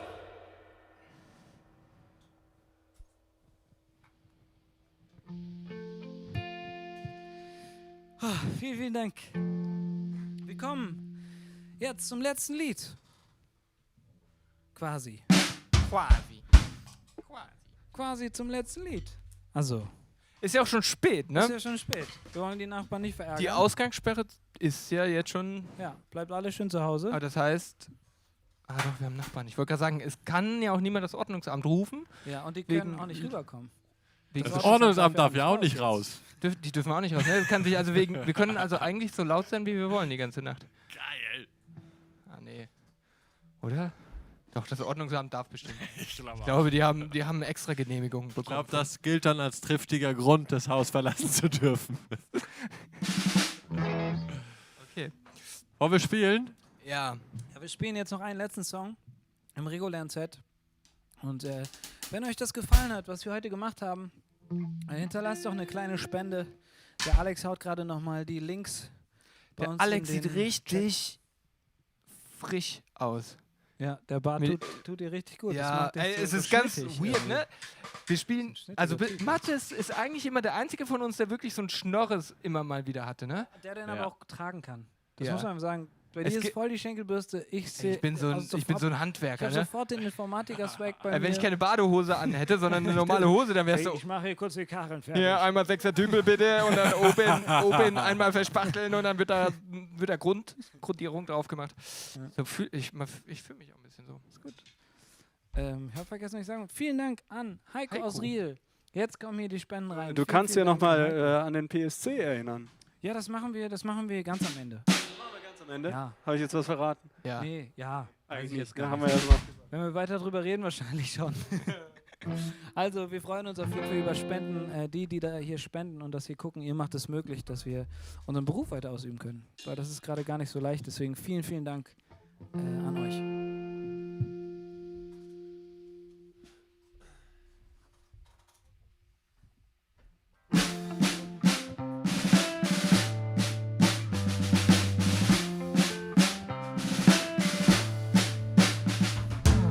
Ich kenn jede Straße und jeden Pflasterstein. Steig in die 18, komm zu mir, ich lad dich ein. Am Bütchen an der Eck scheint die Sonne ins Gesicht.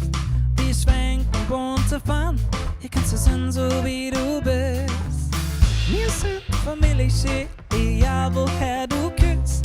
It is the culture, schon bestellt für dich und mich. Du bist mein Fehler. Du bist das Bütchen in der Not. Du bist der Wind in meinem See. Du bist mein Fehler für jede. Keinen Millimeter nach rechts. Kein Fehler für Rassismus. Für Brung ist keinen Platz. Mal mit uns die Zukunft und in Liebe steckt die Kraft. Konfetti statt Kanone, Spaghetti statt Parole. Mal mit uns die Zukunft und in Liebe steckt die Kraft. Wir sind Familie, egal woher du küsst. It is the culture, schon bestellt für dich und mich. Du bist mein Fehler. Du bist das Bütchen in der Not. Du bist der Wind in meinem See. Du bist mein Fehler für jede. Keine Millimeter nach rechts. Keine Millimeter nach rechts. Ich hab's am Anfang des Streams schon mal gesagt. Lasst uns den richtigen Menschen eine gute Zeit machen und den richtigen Leuten auch auf die Füße treten. Und deswegen haltet die bunte Fahne hoch. Verbreitet dieses Lied, zeigt es euren Freunden. Lasst uns drauf scheißen, wo jemand herkommt. Du bist mein Fehler. Du bist das Bütchen in der Not. Du bist der Wind in meinem See. Du bist mein Fehler für jede. Du bist mein Fehler. Du bist das Bütchen in der Not. Du bist der Wind in meinem See. Du bist mein Fehler für jede. Keinen Millimeter nach rechts.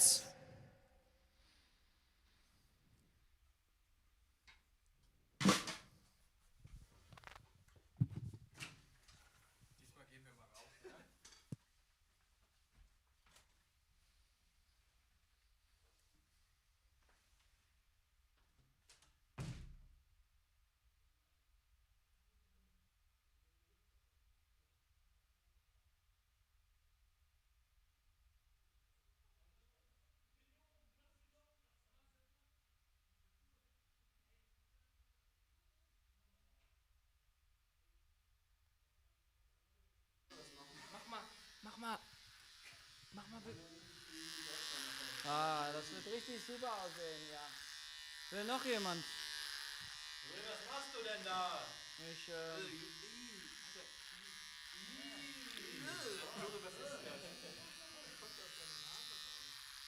Das sind Haare.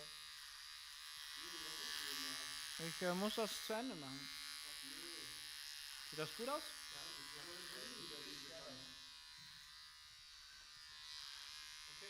Okay. Wir können ja schon mal... Was ist das Bett fertig? Ja, komm. Ja. Lass mal.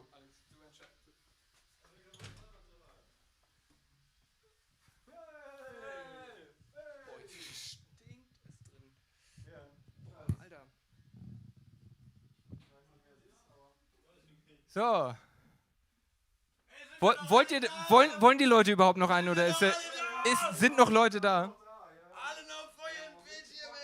Ey, ich hab mir... Ey, Jungs, eine Sache. Können wir das einführen, dass wir jedes Mal bei jedem Stream ab jetzt ein Foto machen? Also einmal hier so zu viert vor der Kamera, Mit kurz so Publikum. 2 Sekunden fest. Einfach nur so. Warte, ganz kurz. Vielen Dank an die Ehrenfelderin. Habe ich gerade. Born to be alive. Okay. Wir können auch jeden Stream einen anderen Bart machen. Ja. Ja. Jetzt, oder? Ich kann auch nach jedem Stream ein Bad nehmen. Kannst du auch, das zählt ja auch ganz gut. Zu viert da oben ja wohl drin. Zu vierte der Kleinwand. Ja, das wird so unangenehm für alle. Da wird niemand Spaß haben. Achso, ich muss noch das. Ja, dann machen wir kein Foto. Doch, komm, wir machen schnell ein Foto. Das wird jetzt so Tradition quasi. Guck mal, wisst ihr noch, als wir damals immer, wenn wir zusammengeräumt haben, ein Foto gemacht haben? Ja, das war cool. Das war cool. Und wir haben Komm mal schnell her, mal das. Sehr gut. Soll ich das auch einfach im Stream? Aber gut, machen wir das. Das ist einfach der lange Arm, der was da macht. Wir sind die allerbesten vier Freunde der Welt. Ja. Und da seid ihr. Sehen ein bisschen aus wie ein Mensch, dem man nicht zu nah. Bitte Schenkelbürsten und Pornobalken ab, steht da im Chat. Ja, hab ich gemacht. Bei dir, Pierre, lassen wir noch ein bisschen wuchern. Wir überraschen Weißt euch du jetzt eigentlich, wie jeden das auf Stream. Österreich... Nee, ich muss ja sagen, ich hatte so ein bisschen die Hoffnung, dass es vielleicht doch gut aussieht. Aber ich habe gerade im Spiegel gesehen, nee. Weißt du, wie das eigentlich auf Österreichisch heißt? Das ist ein bisschen sexistisch, ja. Ah, kenne ich, weiß ich. Aber sag du ruhig. Okay, Fotzhobel. So viel dazu. Wird das auch geklärt? Jetzt ein Song. Wenn der Pierre sein Pleck und seine Ehre da unten wiedergefunden hat, spielen wir einen Song.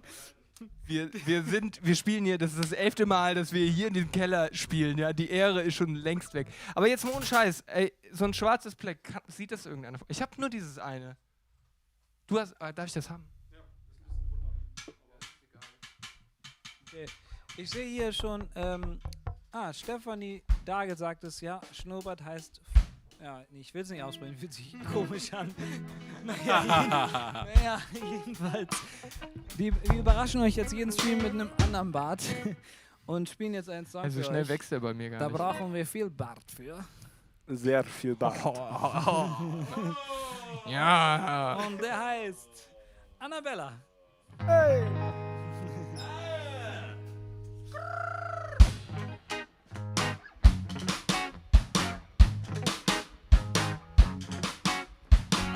Du bist ein Unikat von der dunklen Nacht. Jeder will dich, doch du bist frei.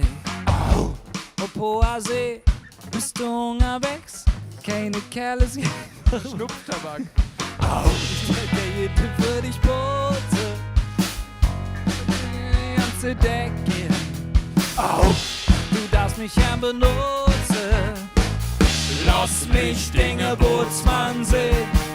Oh, Annabella, Bella, Annabella, Bella.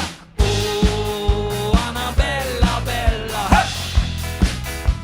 Ding haben wir im Wind. Oh, Annabella, Bella. Hey! Du bist mein Piratenkönigin. Hallo. Ich bin Pirat. Soll mir das doch nützen, wann mein Herz nur für dich schlägt. Du bist echt Und Dinge rude Haar, so schön hat es nicht wahr. Ich der zu jener Dinger sichsen. Jeder will dich an, keiner kriegt an dich ran. Ich selber mit der Bech frei. Ich denke, Jüte für dich putze. Ich sei für diese ganze Decke. Du darfst mich gern benutzen. Lass mich Dinge Bootsmann sehen. Oh, Annabella, Bella, Annabella, Bella. Oh, Annabella, Bella. Hey! Ding haben wir im Wind. Oh, Annabella, Bella. Hey! Du bist mein Piratenkönigin. Oh, Annabella, Bella. Hey! Ding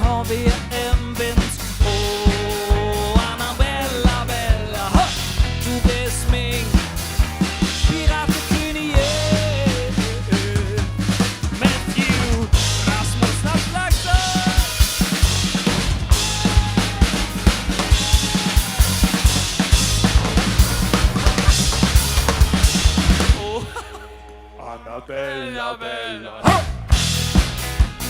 Oh, wie im Wind. Oh, Annabella, Bella. Du bist mein Piratenkönigin. Oh, Annabella, Bella. Ding, oh, wie im Wind. Oh, Annabella, Bella. Du bist mein Piratenkönigin.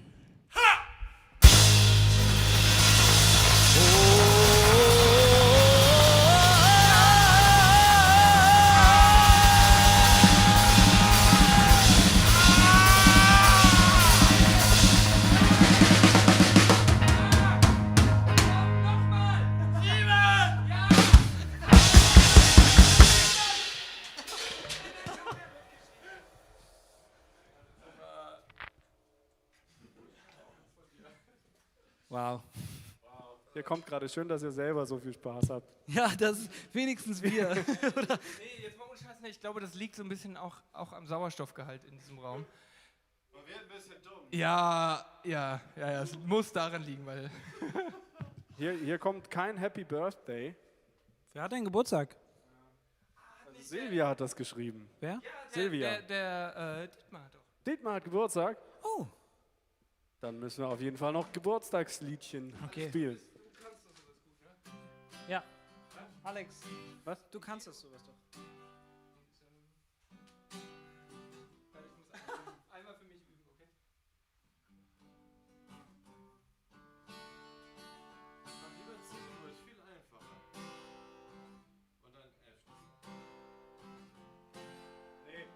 C-Dur, G-Dur, G-Dur, C-Dur, Hey. C-Dur, F-Dur, G-Dur, C-Dur. Könnt ihr euch noch daran erinnern, als Planschmerle eine halbe Stunde gebraucht hat, um Happy Birthday zu üben? Könnt ihr euch noch daran erinnern? 1, 2, 3, 2.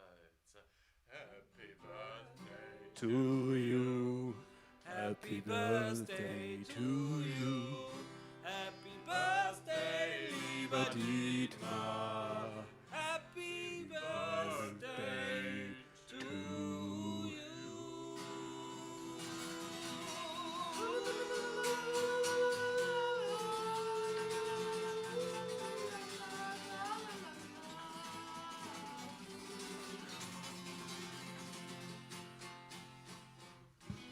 Und jetzt sind schnell. Happy birthday to you. Happy birthday, lieber Dietmar. Happy birthday to you. Oh, jetzt wollte ich weitermachen. Jetzt war schön. Okay. Lieber Dietmar, alles Gute zum Geburtstag. Wir haben das Beste getan, was wir konnten. Und der Sauerstoff hier macht uns langsam zu schaffen. Wir spielen noch einen letzten Song. Es ist Tradition, hier mit diesem Song aufzuhören. Und er heißt Fähnchen im Wind. Wir stellen hier mal ein zweites Mikro für auf. Dann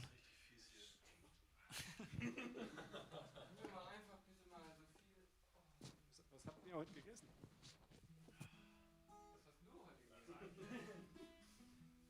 der Alex macht momentan Intervallfasten. Und seitdem kann der Alex es eigentlich nicht sein. Der hat einfach nur Hunger.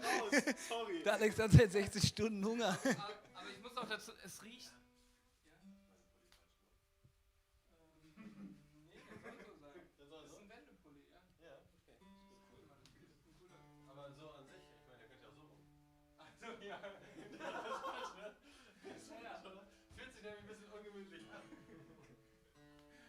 Schön, dass du so hinkommst. Ja, Das war richtig süß. ich hab da mal so eine Frage, du, dieser Pulli hier.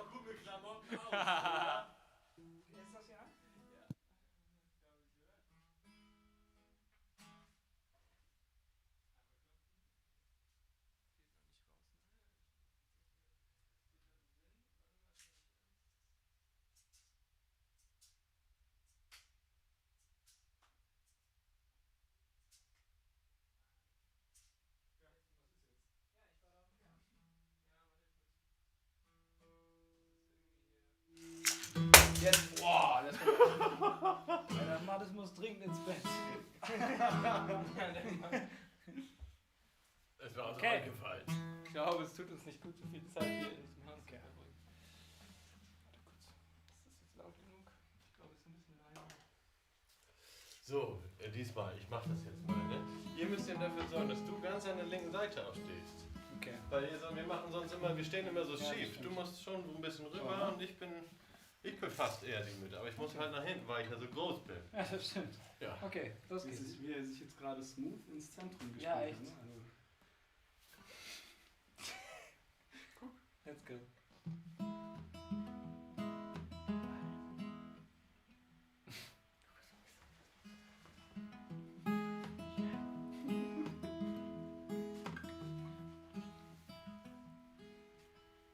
Ich klopf an Dinger Tür. Komm Kind, lass mich rein. Ich mach mir Sorge und füll das bei dir jetzt nicht stimmt.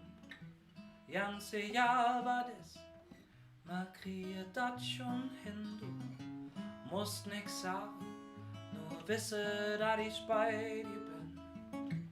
Ich und he nicht fort, han bitte keine Angst, ich singe Liedje durch die Tür, bis du schlafen kannst. Bin Dinge Anker, wenn dich Welle wegriese, halt ich den Hans. Wenn die Angst dich besiegt und sie schiebt dich an die Wand, sing ich dir das Lied. Wir sind geboren und zu fliehen, zu tanzen und zu lieben. Das Leben ist zu kurz für Traurigkeit. Wir sind nur Fähnchen im Wind, mal wissen nicht wohin. Und wenn du dich mal verlierst, ich halt dich Schuh, du mein Fähnchen im Wind.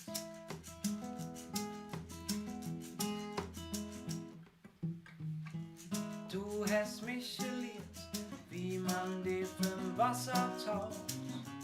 Du hast mir erzählt, wie man Jod noch Mücke haut. Für Dinge im Schaukelstuhl saß ich auf der ganze Nacht und lauschte dir und krieg schon Frieden, wandern und sich neu verlieben. Und jetzt liegst du da, du mein Großpapa, der letzte Atemzug Richtung Himmel ist gebucht. Nimm Dinge Anker, wenn dich Welle wegriese, halt dich den Hand. Wenn die Angst dich besiegt und sie schiebt dich an die Wand, sing ich dir das Lied. Wir sind geboren zu fliehen, zu tanzen und zu lieben. Das Leben ist zu gut für Traurigkeit. Wir sind nur Fähnchen im Wind, aber wissen nicht wohin. Und wenn du dich mal verlierst, ich halt dich hoch, du mein Fähnchen.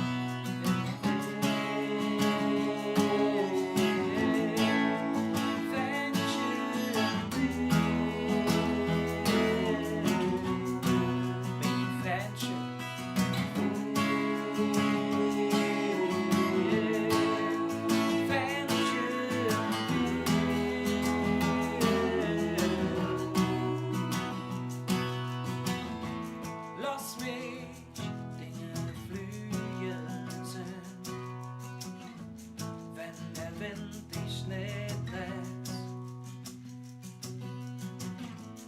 Lass mich Dinge heimweg sind, wenn du nicht mehr weißt wohin, du mein Fähnchen im Wind. Wir sind geboren zu fliehen, zu tanzen und zu lieben. Das Leben ist zu kurz für Traurigkeit. Wir sind nur Fähnchen im Wind, mal wissen nicht wohin. Und wenn du dich mal verlierst, ich halt dich hoch, du mein Fähnchen im Wind. Vielen, vielen Dank für den wunderschönen Abend. Vielen, vielen Dank, dass ihr am Start gewesen seid. dass ihr heute hier am Start gewesen seid. Es hat uns viel, viel Spaß gemacht. Es hat gut nach längerer Pause wieder zu spielen. Vielen Dank auch an den Olli, dass der sich die Zeit genommen hat, heute hier zu Gast zu sein. Olli und die Band haben uns von Anfang an unterstützt und das wissen wir wirklich zu schätzen. Deswegen vielen, vielen Dank an dich bzw. an euch. Vielen Dank an alle, die gespendet haben und die es noch nicht getan haben, können das gerne noch tun, denn wir freuen uns wirklich gerade über jeden Support. Ihr, die da draußen spendet, macht das hier möglich, dass wir hier beinahe jede Woche streamen können. Und wir wünschen euch nur das Beste, bleibt gesund und es geht weiter. Wir setzen nämlich jetzt einen Samstag aus und das hat seinen Grund, denn der zwei Samstage, sorry. Wir setzen 2 Samstage aus, denn wir haben etwas ganz, ganz, ganz Besonderes vor und dafür brauchen wir die Zeit an Vorbereitung. Versprochen, in 2 Wochen, also nach 2 Samstagen, gibt es ein richtiges Feuerwerk. Hast du das Datum im Kopf? Ja, 8.5. Am 8.5. gibt es ein ganz besonderes Event und ich finde, das muss der Pierre eigentlich. Ja, Pierre. Pips, das musst du Ja. jetzt ankündigen. Diejenigen von euch, die uns schon länger verfolgen, die haben sicherlich schon mitbekommen, es gibt in dieser Band, wir alle haben einen großen Traum. Und zwar wollen wir wollen zum ESC. Leider hat es dieses Jahr nicht gereicht. Knapp sind wir rausgeflogen. Allerdings werden wir weitermachen. Und wir haben uns überlegt, okay, der ESC ist ja auch so vielleicht nicht mehr ganz zeitgemäß. Und deshalb wird es am 8.5. wird es ein Spektakel der Extraklasse geben. Wir werden hier aus Köln den ersten PSC, den Planche Vision Song Contest, feiern. Vision Song Contest! Ja! Ja! Ja! Irre, weil wir größenwahnsinnig sind. Es wird alles dabei sein. International. Es wird international, es gibt verschiedene Acts, es gibt verschiedene Genres, es wird völlig mindblown. Vielleicht hat ja auch Stefan Raab damit zu tun. Wahrscheinlich. Aber nicht. Aber könnte ja sein. Aber könnte schon und sein. wir hoffen auf jeden Fall, er schaltet ein. 8.5. PSC, wir machen unseren Traum wahr. Es wird viele Kostüme geben. Viele Kostüme, es wird echt wicked. Vielleicht wird es Feuer geben. Vielleicht. Ja. Sagen wir, es gibt Ideen. Es gibt diverse Ideen, die werden am 8.5. Umgesetzt. Wir hoffen, ihr schaltet ein. Wenn es wieder heißt... Die Planchis live! Planche Vision Song Contest! Macht's gut, ihr Lieben, bleibt gesund. Ich weiß es nicht. Naja, jetzt gibt es noch das Outro, gell? Ja? Zeigst du nicht noch das Bild für das PSC? Sieht man es jetzt nicht? Boah, doch, kann ich machen, Alter. Warte mal, jetzt wird's verrückt. Ja, das Outro. Nee, das Outro. Achso, ist da. Die Planchis!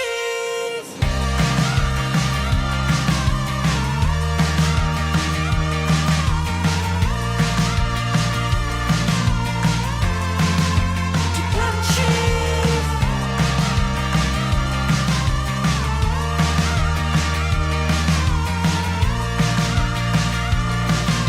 Die Planchis!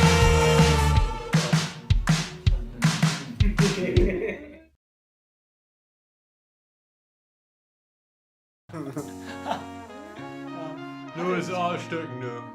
Hat er sich aufgeregt? Ich kenn jede Straße und jeden Nein! Steig in die 18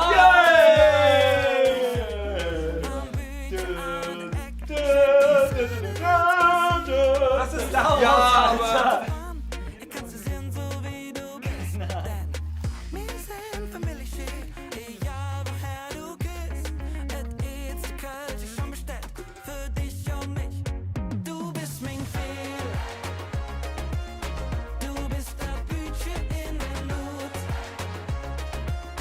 Du bist der Wind in meinem See. Du bist mein Fehler für jeder, keinen Millimeter nach rechts. Kein Fädel für Rassismus, für Brung ist keiner Platz. Mal mit uns die Zukunft und in Liebe steckt die Kraft. Konfetti statt Kanone, Spaghetti statt Parole. Mal mit uns die Zukunft und in Liebe steckt die Kraft.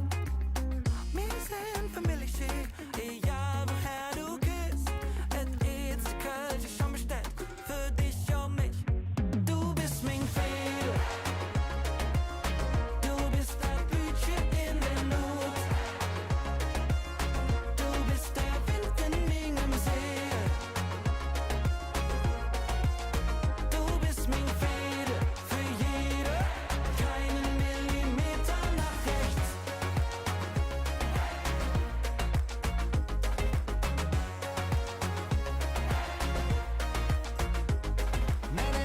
Kinder Millimeter noch rechts. Wir finden zusammen eine bessere Weg. Von alle Brungen Kopf wird mir schlecht. Lass mal nicht weiter hervorher hängen. Solange du nicht weißt, was das heißt. Wenn wir anders vorher können nicht. So wie du als kleine Fetze auf je Wasser ist. Du bist mein Fehler. Du bist das Bütchen in der Not.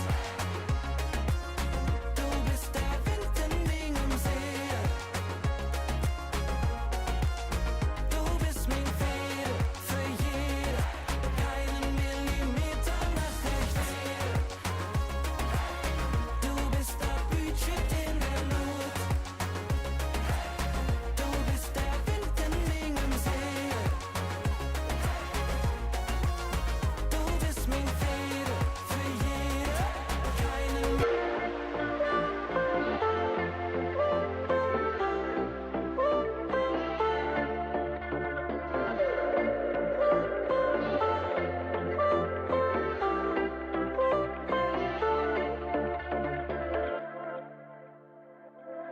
Du und ich sind für die Ewigkeit bestimmt, haben wir auch nix in der Tasche.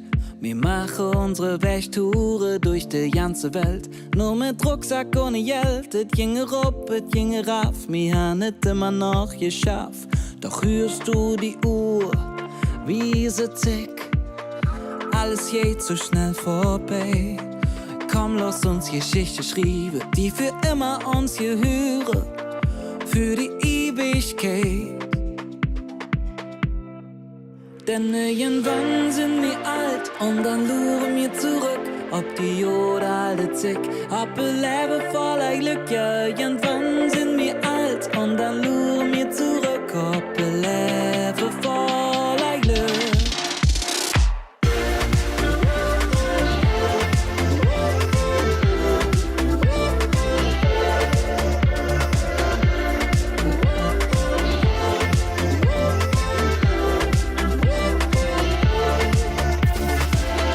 Das mit uns ist für die Ewigkeit bestimmt, nicht mir die jüngste Hück. Doch mir bliebe verrückt, leben nur von Luft und Liebe. Han immer Bock zu feiern, tanzen nachts auf der Straße. Bei uns ist immer noch jetzt los. Doch hörst du die Uhr, wie sie tick, alles geht so schnell vorbei. Komm, lass uns Geschichte schreiben, die für immer uns gehören, für die Ewigkeit. Denn irgendwann sind wir alt und dann luren wir zurück, ob die Jahre alle zick, ob ein Leben voller Glück. Ja, irgendwann